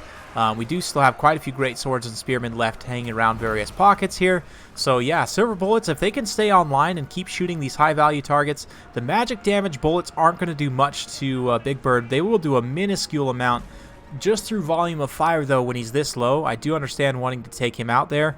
But Carl's going to have to be careful on what he dives on here, but I'd probably concentrate all the rest of these guns, honestly, on trying to finish off that last Shaggoth. That's so much power left. And, yeah, we'll see. These Chaos Marauders are going to get in here, tangle up these Silver Bullets, potentially. Looks like Carl comes down. A quick hit-and-run charge there. Big Bird's still trying to do his thing. A Plague of Rust and a quick charge on Carl when he comes down could be enough to finish things off, but it looks like Silver Bullets... Oh, man, those Marauders I thought were going to charge in there, but it looks like they, yeah, they do actually charge in, shut down those Silver Bullets momentarily. But yeah, he needs to just finish off Karl Franz. That's really the only way for Chaos to come back in this game. The infantry presence for the Empire is very strong. This Shaggoth can also do a lot of damage. I mean, he could basically solo all these Great Swords out if he could,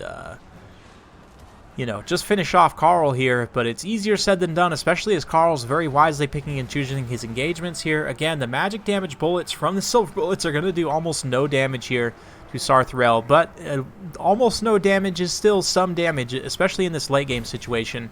But yeah, if we look here, both the magic and missile resistance do apply to the silver bullets, so a much wiser target is to shoot at the Shaggoths. You're going to be wasting your ammo less so there. But nothing really to hold the Shaggoth back from getting onto the silver bullets, which is a big problem. That being said, Carl could just go for a big fat charge here and finish off the Shaggoth once he has enough support. For the time being, it looks like he's going after these Chaos Warriors here. He's got great swords, cleaning them up, a quick terror route, and they are off the field. The Shaggoth maybe he might be able to finish off with army losses here, but it does look like a few Empire Knights coming around. Yeah, the Silver Bullets did come back from route. They're going to be able to get a few key late game volleys here, and it does look like something's going off net there from the Net Wizard onto the Dragon Ogre, just to hold him in place, allow these guns to get some clean volleys here. And despite their, few numbers left, they're still going to get in here and get some very effective shots, and it looks like Chaos admits defeat there. So, woo, man, that was a battle. That was probably the closest one we've had all day, but Karl Franz just putting the Empire on his back as usual, carrying the day, and that was an epic, epic finish. Holy cow, man. Karl Franz monster hunting for Chaos. And, I'm going to go save that one real quick, because that was probably the best replay of the day, I have to say. That was just, man, that was all out, Carl.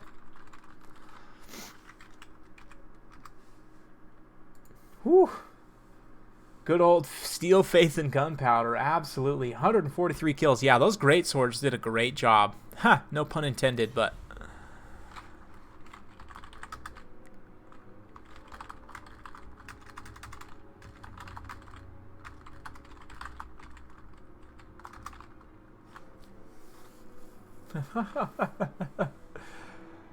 Oh, man.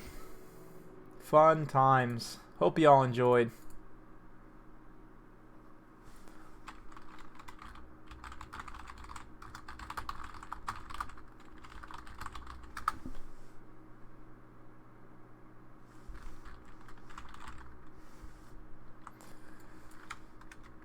Alright, so we've got one more.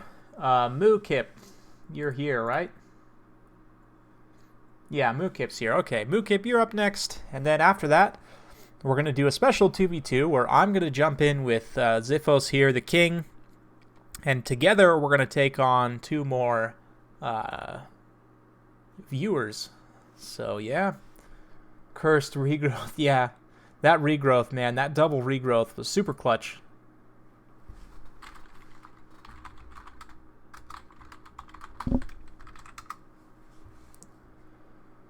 Super, super clutch.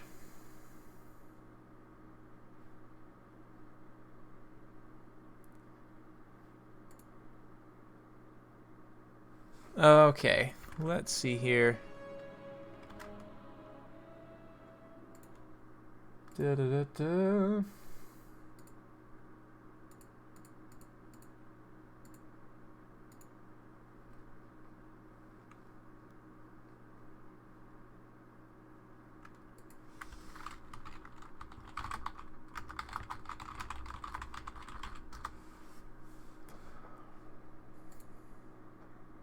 All right.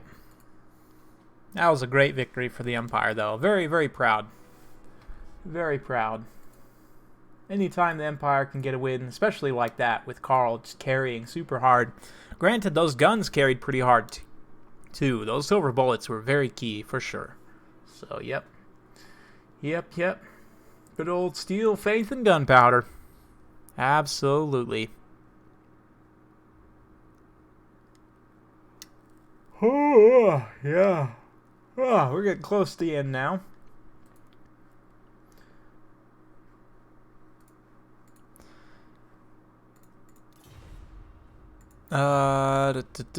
What map next? Well, we could do...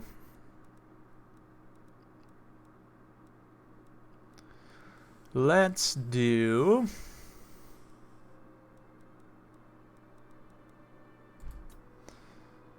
the new map that everyone loves, Storm Demon.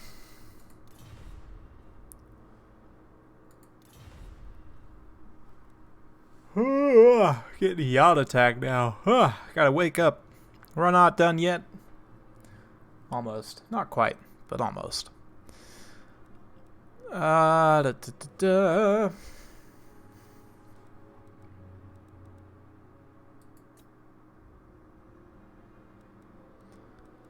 No, let's not do that map. Excavation site's a pretty good one. Let's do this.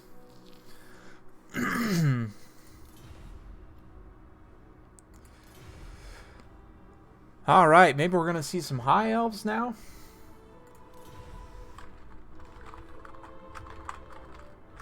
Greenskins. Alright, sweet. I'm excited. I'm excited to watch this. Greenskins versus Lizardmen is potentially a really tough matchup for the Greenskins. The Lizardmen have some new tools. The Thunderous one is a big pain to deal with, especially if you have 2 Stegodons for the Greenskins. Oh man, it's almost a nightmare. Yeah.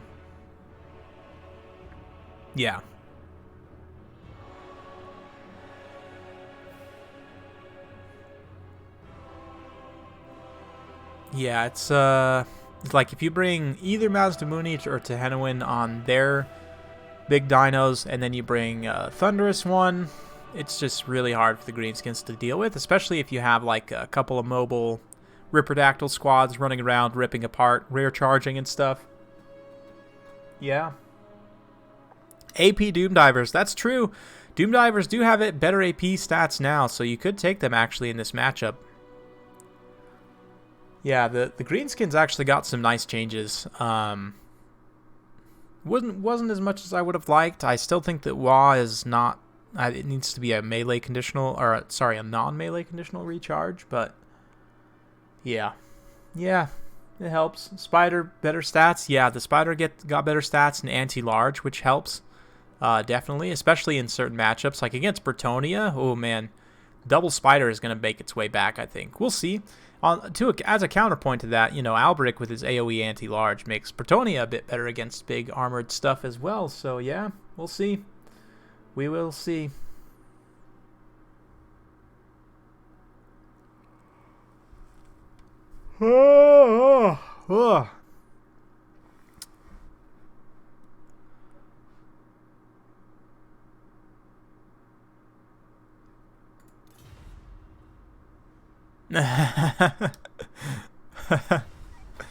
Yeah, let's see what Ziphos can do here. I'm curious. I'm genuinely curious. Kind of kick back a little bit here. Hope y'all are doing all right. Out of all the changes in the most recent patch, I definitely think that, you know, out of the non-DLC factions, it's hard to say who really got the best changes. You know, the nerfs to summoning were certainly warranted. It does affect both the vampire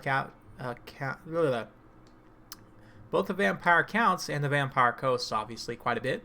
I still think, as we discussed earlier in the stream, if you guys want to hear me go on a big rant, you can listen to that. But yeah, I definitely think that the undead still needs some more tweaking in terms of their crumbling mechanics. But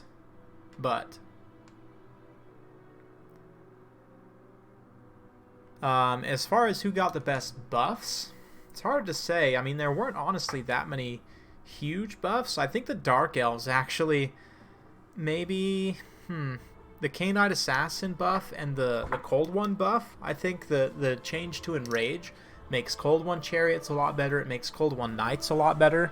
It makes the Canine Assassin, again, just has more utility. So, yeah.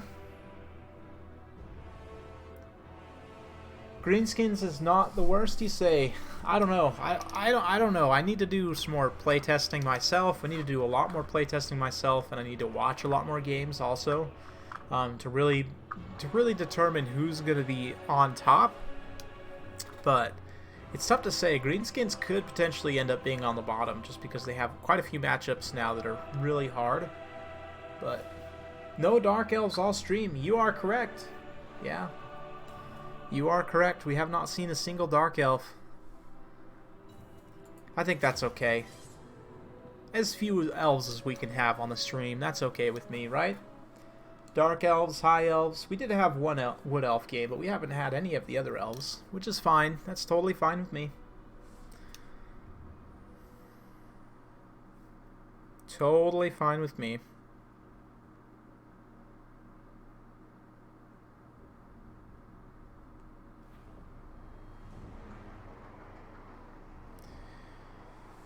Goblins beat... Oh! I mean, you're not wrong, Davina. Mass goblins could probably beat lizardmen, let's be real.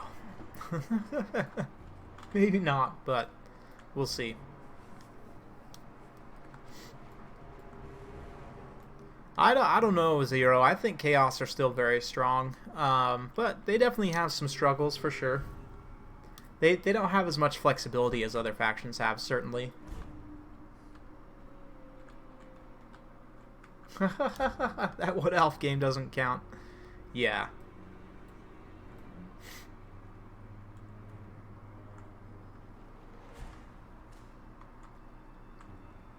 Yeah, that's a good way of putting it, Aristo. And out-microing your opponent as well. Like, your micro has to be impeccable. But we'll see. Looks like we've got the Pigman himself, Warzag. He's got, let's see, Fist of Gork, Gaze of Mork, and what is that there? That is a little bit of effigy of the Git, of course. We've got Black Orcs, Crimson Killas, more Black Orcs, plenty of Gobos, Savage Orc Airboys, Orc Airboys, Savage Orc Airboys, Rusty Airs, yes. Spider Riders, Orc Boar Boy Biggins. So we'll see. As for le lizards, we've got Skink Cohort with Javs, 2 Temple Guards. We've got Lord Croak, 2 Salamanders, 2 Cold One Riders, one of them Spear, one of them Regular, and a whole bunch of Skink Javs. So we'll see.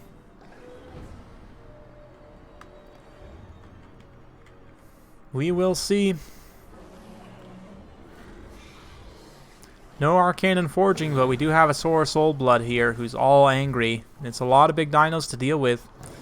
Even just the Feral Bastildon can be a big pain, and the fact that Lord Croc is here to delete high-value infantry could potentially be a big problem for the Greenskins. We'll see, though. We'll see. No Star Chamber Guardian, so he doesn't have physical resistance. Relatively squishy melee stats. But he does have missile and magic resistance. 25% magic, 40% missile resistance. So, yep, we'll see.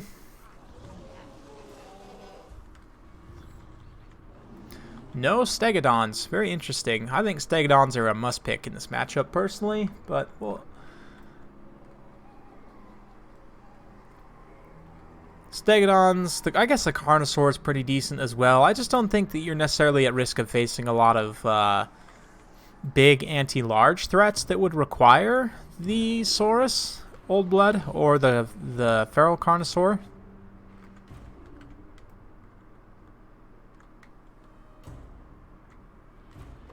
But we'll see. We'll see. I do love the Salamanders. Great looking unit. They're quite good as well. Okay, here we go. So the lad's going to be moving up a little bit here. Looks like Wurzag is coming up to have a look-see to see what he's up against here. Lizardman going to start slowly advancing as well. And, oh, here we go. Yeah, that does basically nothing to Lord Croc. Because of the missile and magic resistance, both of those effects apply to magic missile type spells. So, Wurzag actually did more damage to himself on the overcast there than he did, you know, with the actual missiles, right? So, it's going to be tough. It's going to be a tough one. Looks like we've got Salamanders moving up. Greenskins sort of shifting away a little bit here. Moving up some Savage Orc Airboys to start counter-skirmishing on the Salamanders. Now, Savage Orc Airboys actually have really decent AP. 6 AP per shot is not bad at all. You can see them starting to pick away a little bit at the Salamanders. Doing some decent damage so far. Nothing too crazy. But they are going to go ahead and return fire a little bit there. So, who would have thought Greenskins versus Lizardmen would turn into a skirmish fight, huh?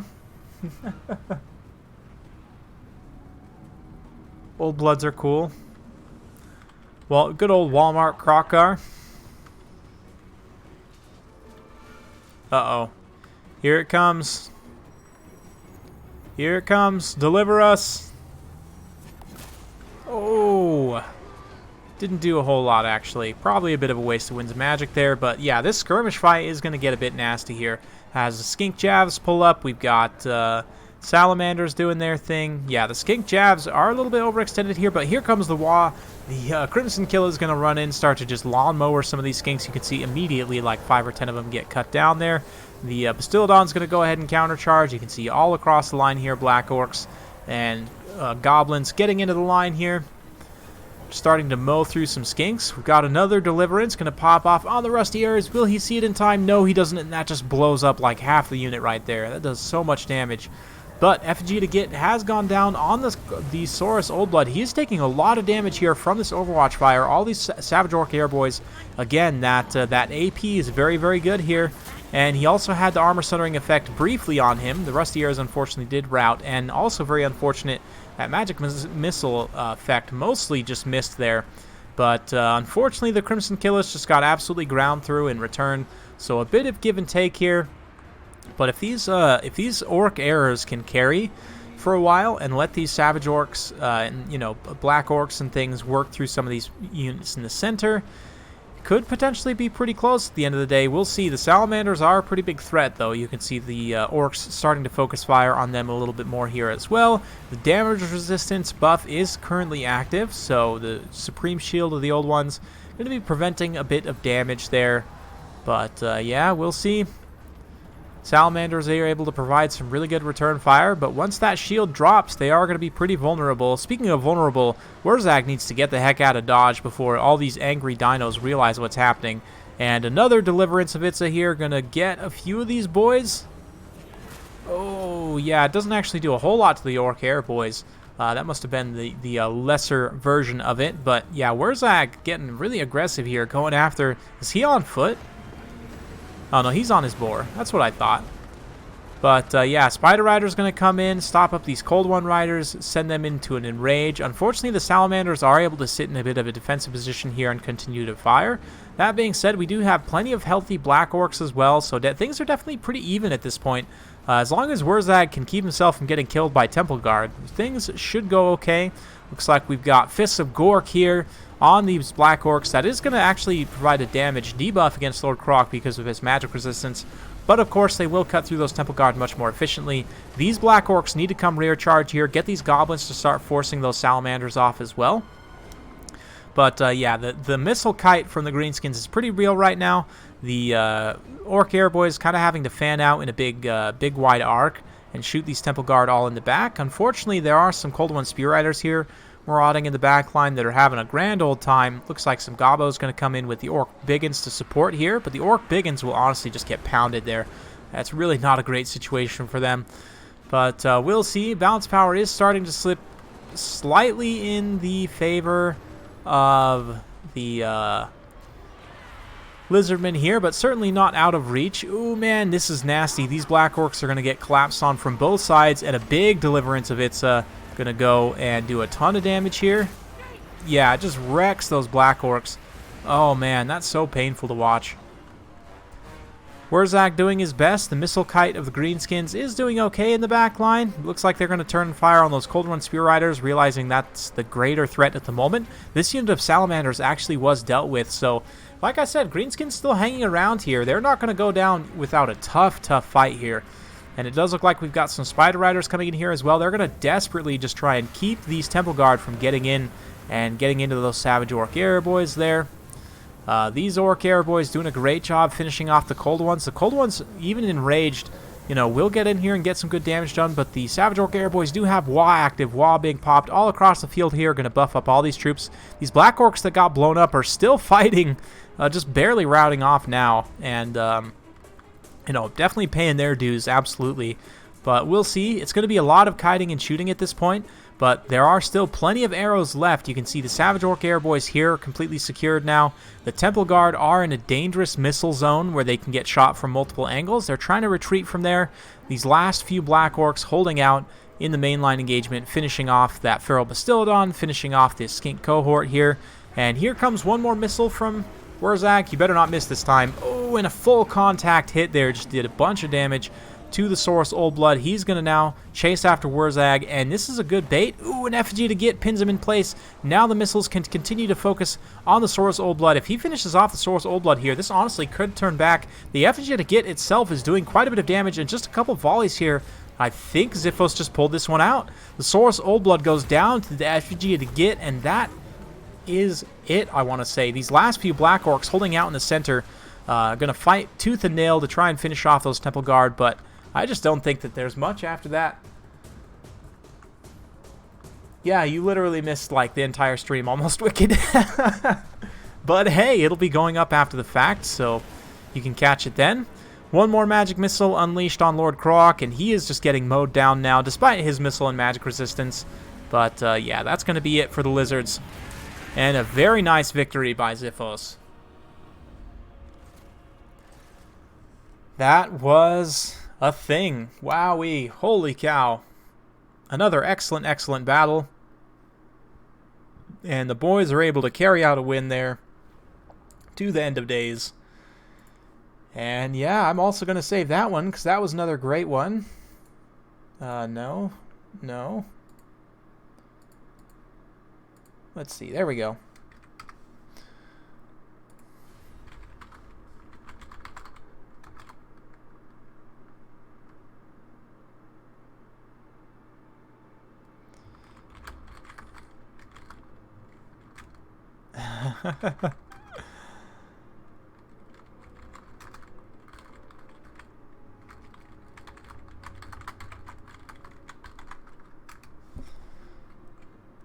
Alright, so now I'm going to open up a couple more slots here. I'm going to back myself out and rejoin as a combatant.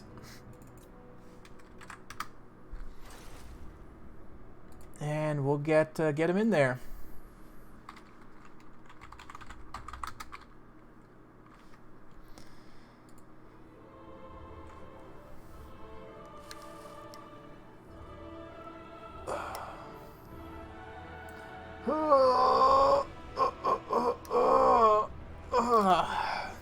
Just got a couple of lads in here who wanted a quick 2v2, so we're gonna do it. Do it.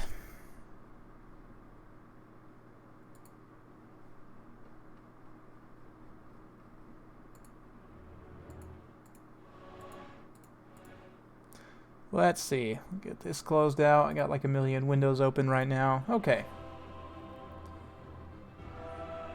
Oh yeah. No problem, Wicked.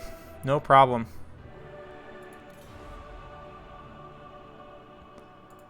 Alright, so we're going Bretonia. Something thematic with Bretonia. I think I'll go High Elves. That seems pretty thematic.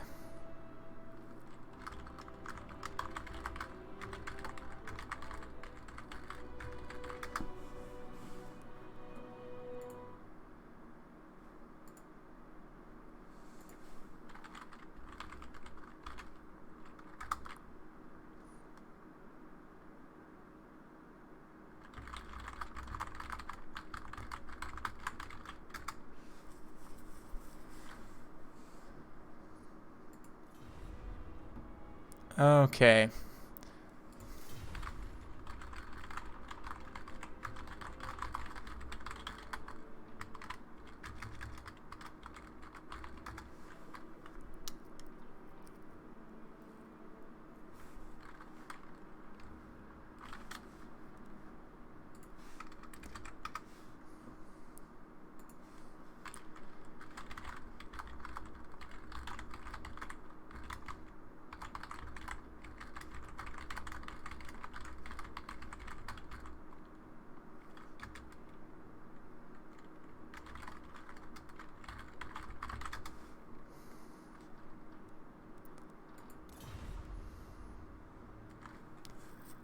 Da, da, da, da.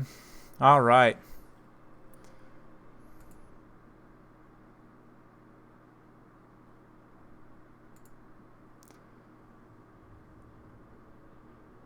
Praise be Australian Lou Vampire.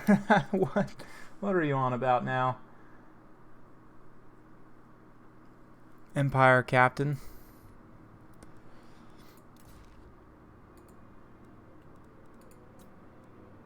Yes. Yes. Oh, yes. Okay. Let's do a bit of this.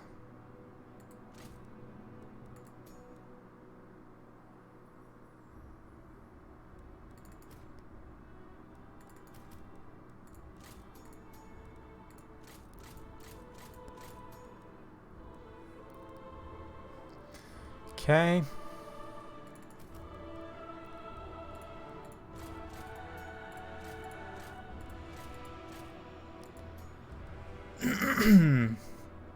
Oh boy. Just kidding. We're gonna do something else.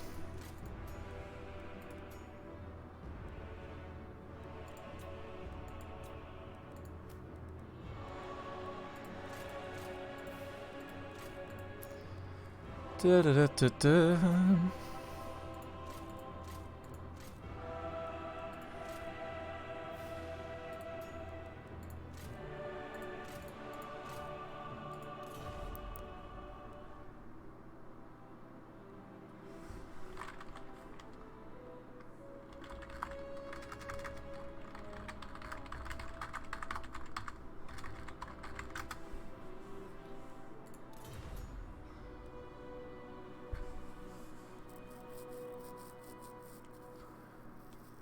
Da, da, da, da.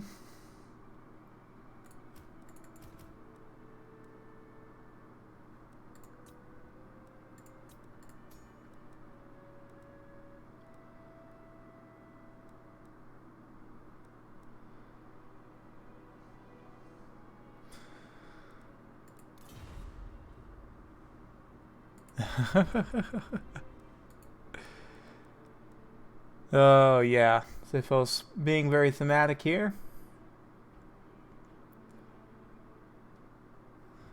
Oh yeah, you already know.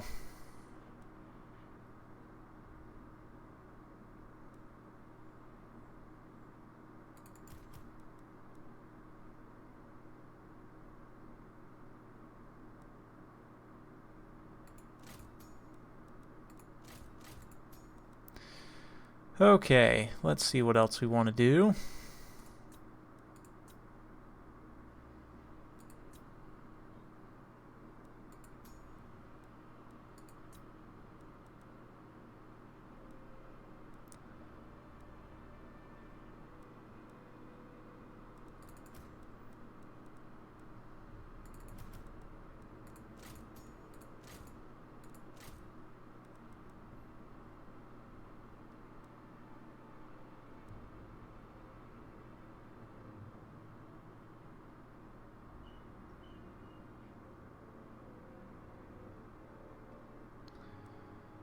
Let's grab some skirmish cav. Let's grab some regular cav.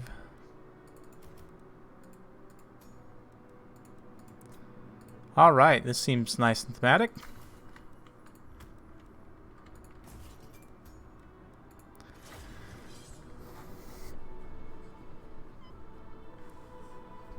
Alright.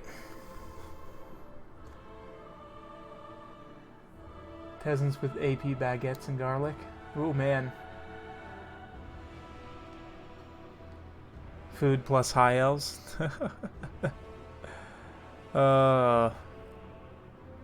Spicy chicken wings.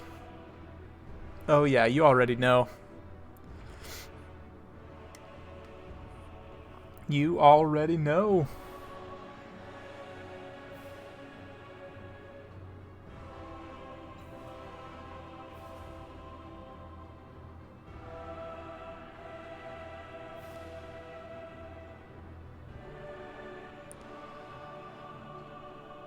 Hopefully this works. I'm pretty sure we'll be okay.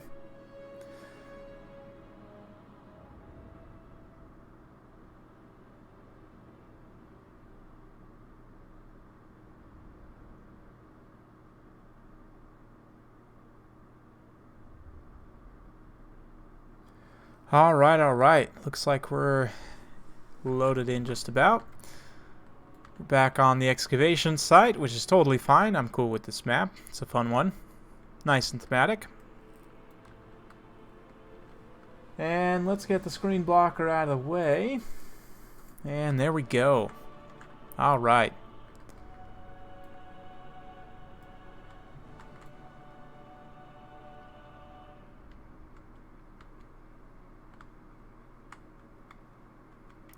Look at these towers and stuff.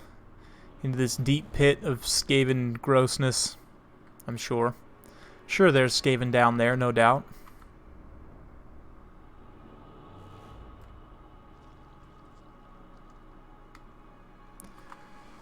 Yep. Hopefully you guys can't hear that background noise. Apologies. Seems like my neighbor downstairs is blasting some stuff, which, you know, normally he doesn't during the middle of the day, but I guess today he decided to do that, which is just great, but, you know, hopefully you guys can't hear it. Alright, let's get you over here.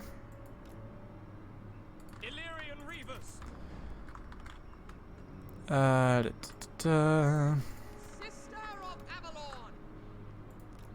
you guys over here.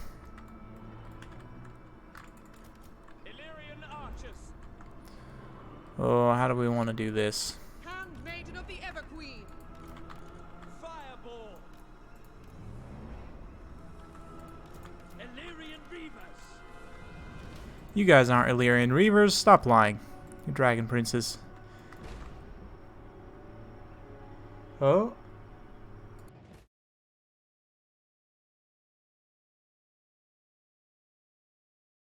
Apologies, guys. Okay. For duty. It shall be done.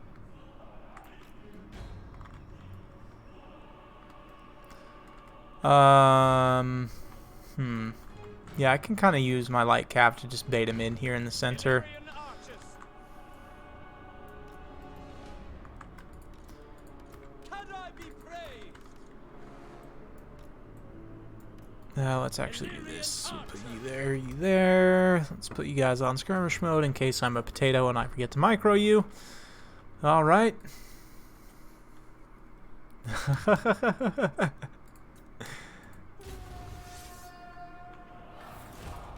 Fireball. Handmaiden of the Everqueen. Alright. Have to try the high elf build for quick battle.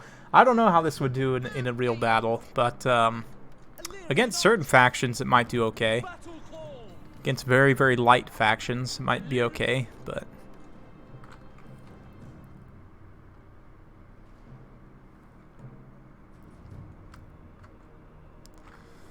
Oh man, we are up against many, many more enemies than we have troops, so this could be a bit of a challenge. But we'll see.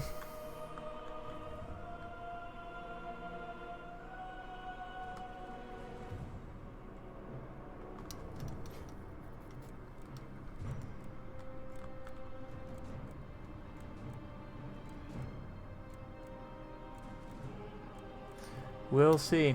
Standard Lotus build. Uh-oh, Spaghetti-O. Looks like we got a big old force here. Whoops, my chair just is breaking. No big deal. Okay, so let's move here. Let's move here. Illyrian archers. Warrior maiden. Of course. Loyal. Death to all. For our ancestors. Asher, move. See if we can get these Varix Reavers out of position here. Illyrian archers. Forward. Handmaiden of the Everqueen. For Ulfman. Illyrian Reavers. Illyrian archers. Yes. So it begins. We advance. It will be done. Put some fire into those Marauders. Maiden Guard. Moving out. Forward. Moving out. With haste.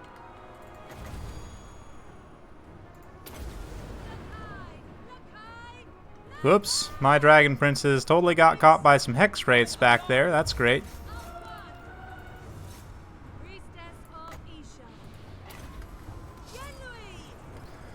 And my ladies are getting caught up here by blood knights, which is not the best.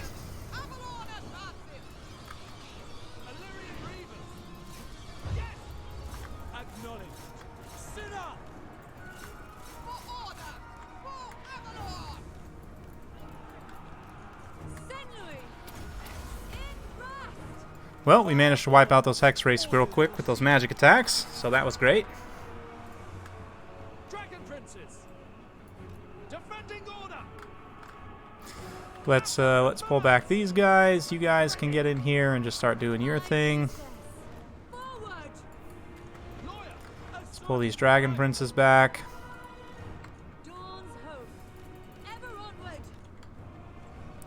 Let's go ahead and charge those dragon ogres. You guys can charge these marauders here.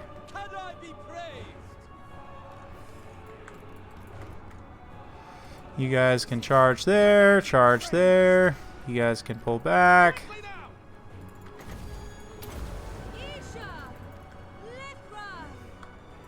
Serve the king.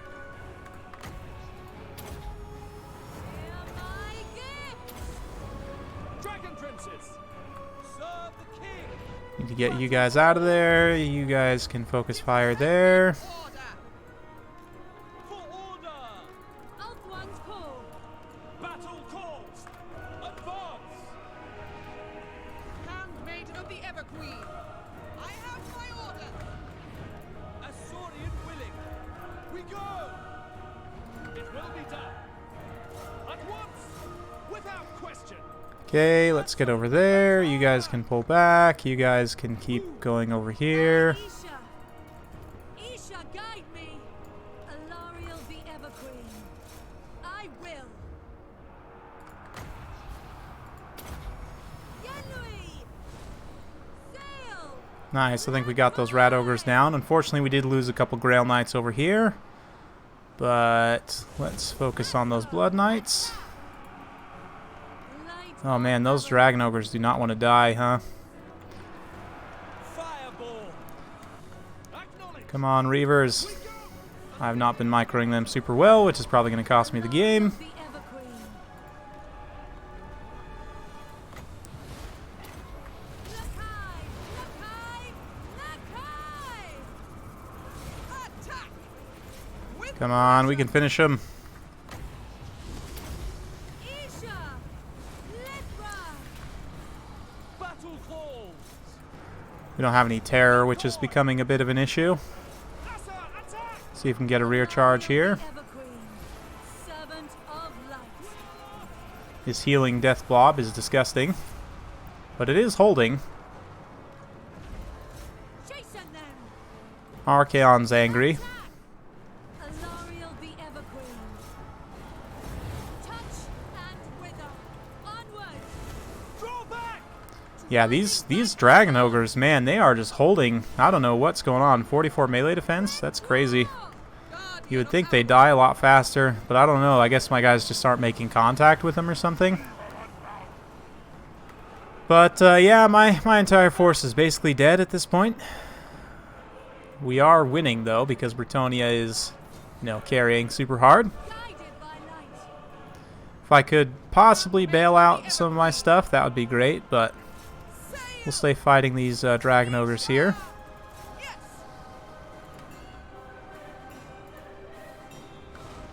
Asa, withdraw. Quickly now. Moving out. Moving! Come on, Alariel. Without fail. Without fail. See if we can bail her out here. I don't think I'm going to be able to get her back. Servant. Looks like the Bretonian Alpha Strike is good over there. No. Ah, she just barely routed off. Moving out. Asa, move. Asa, forward. Okay, let's get these guys together. Asa, forward. For the Everqueen. Pull back. No, don't route to some hounds. Come on. Acknowledged. Battle calls. Handmaiden of the Everqueen. Oh, yeah, we just have the one handmaiden. I was really hoping they would do better against those dragon ogres, but they did not do a whole lot. Swiftly! For order! Asurian guides us! Let's get those hounds out of there.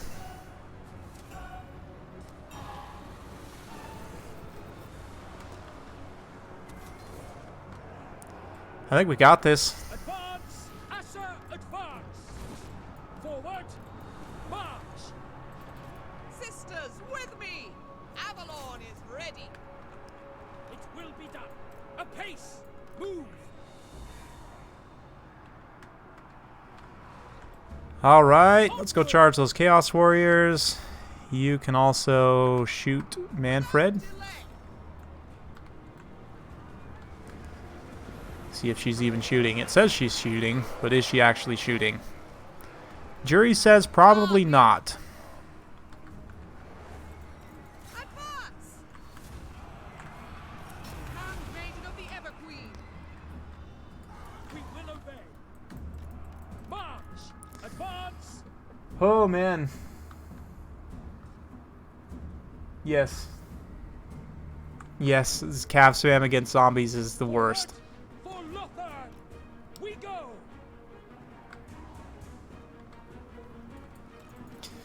It is officially the worst. I will concede. Moving out! Okay, can you also continue shooting, please? Blackboy! Illyrian archers!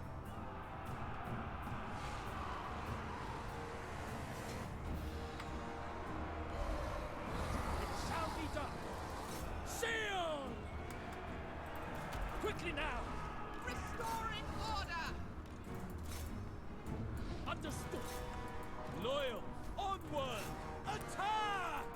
Swiftly! We got him. We will obey! Oh, man. Yeah, I don't know how well that would actually work, but... Yes, Aristo, absolutely. That is 100% true. I mean, we did okay, certainly. Like, the Dragon Princess got some pretty good work done. We wrecked a lot of those expensive units in the back there. But, yeah, Mr. Von Karstein Lord was just a big pain to take down. But, yeah, all these Grail Knights, I mean, 200-plus kills, Grail Guardians, Companions of Quenelle. Yeah, I'm probably going to have to cast that one separately as well, just because it was so awesome. Well, fun stuff. Hope y'all enjoyed coming out. Big thanks to everyone who played and participated today. Big congrats to Ziphos for carrying all the way through the day and even carrying me through a 2v2, which is definitely, you know, easier said than done. So, yeah.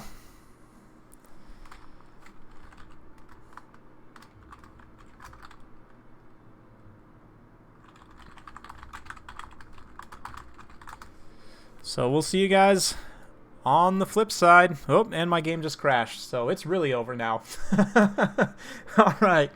Yeah, thanks everyone for coming out. We'll see you next time and all that jazz. Have a good one.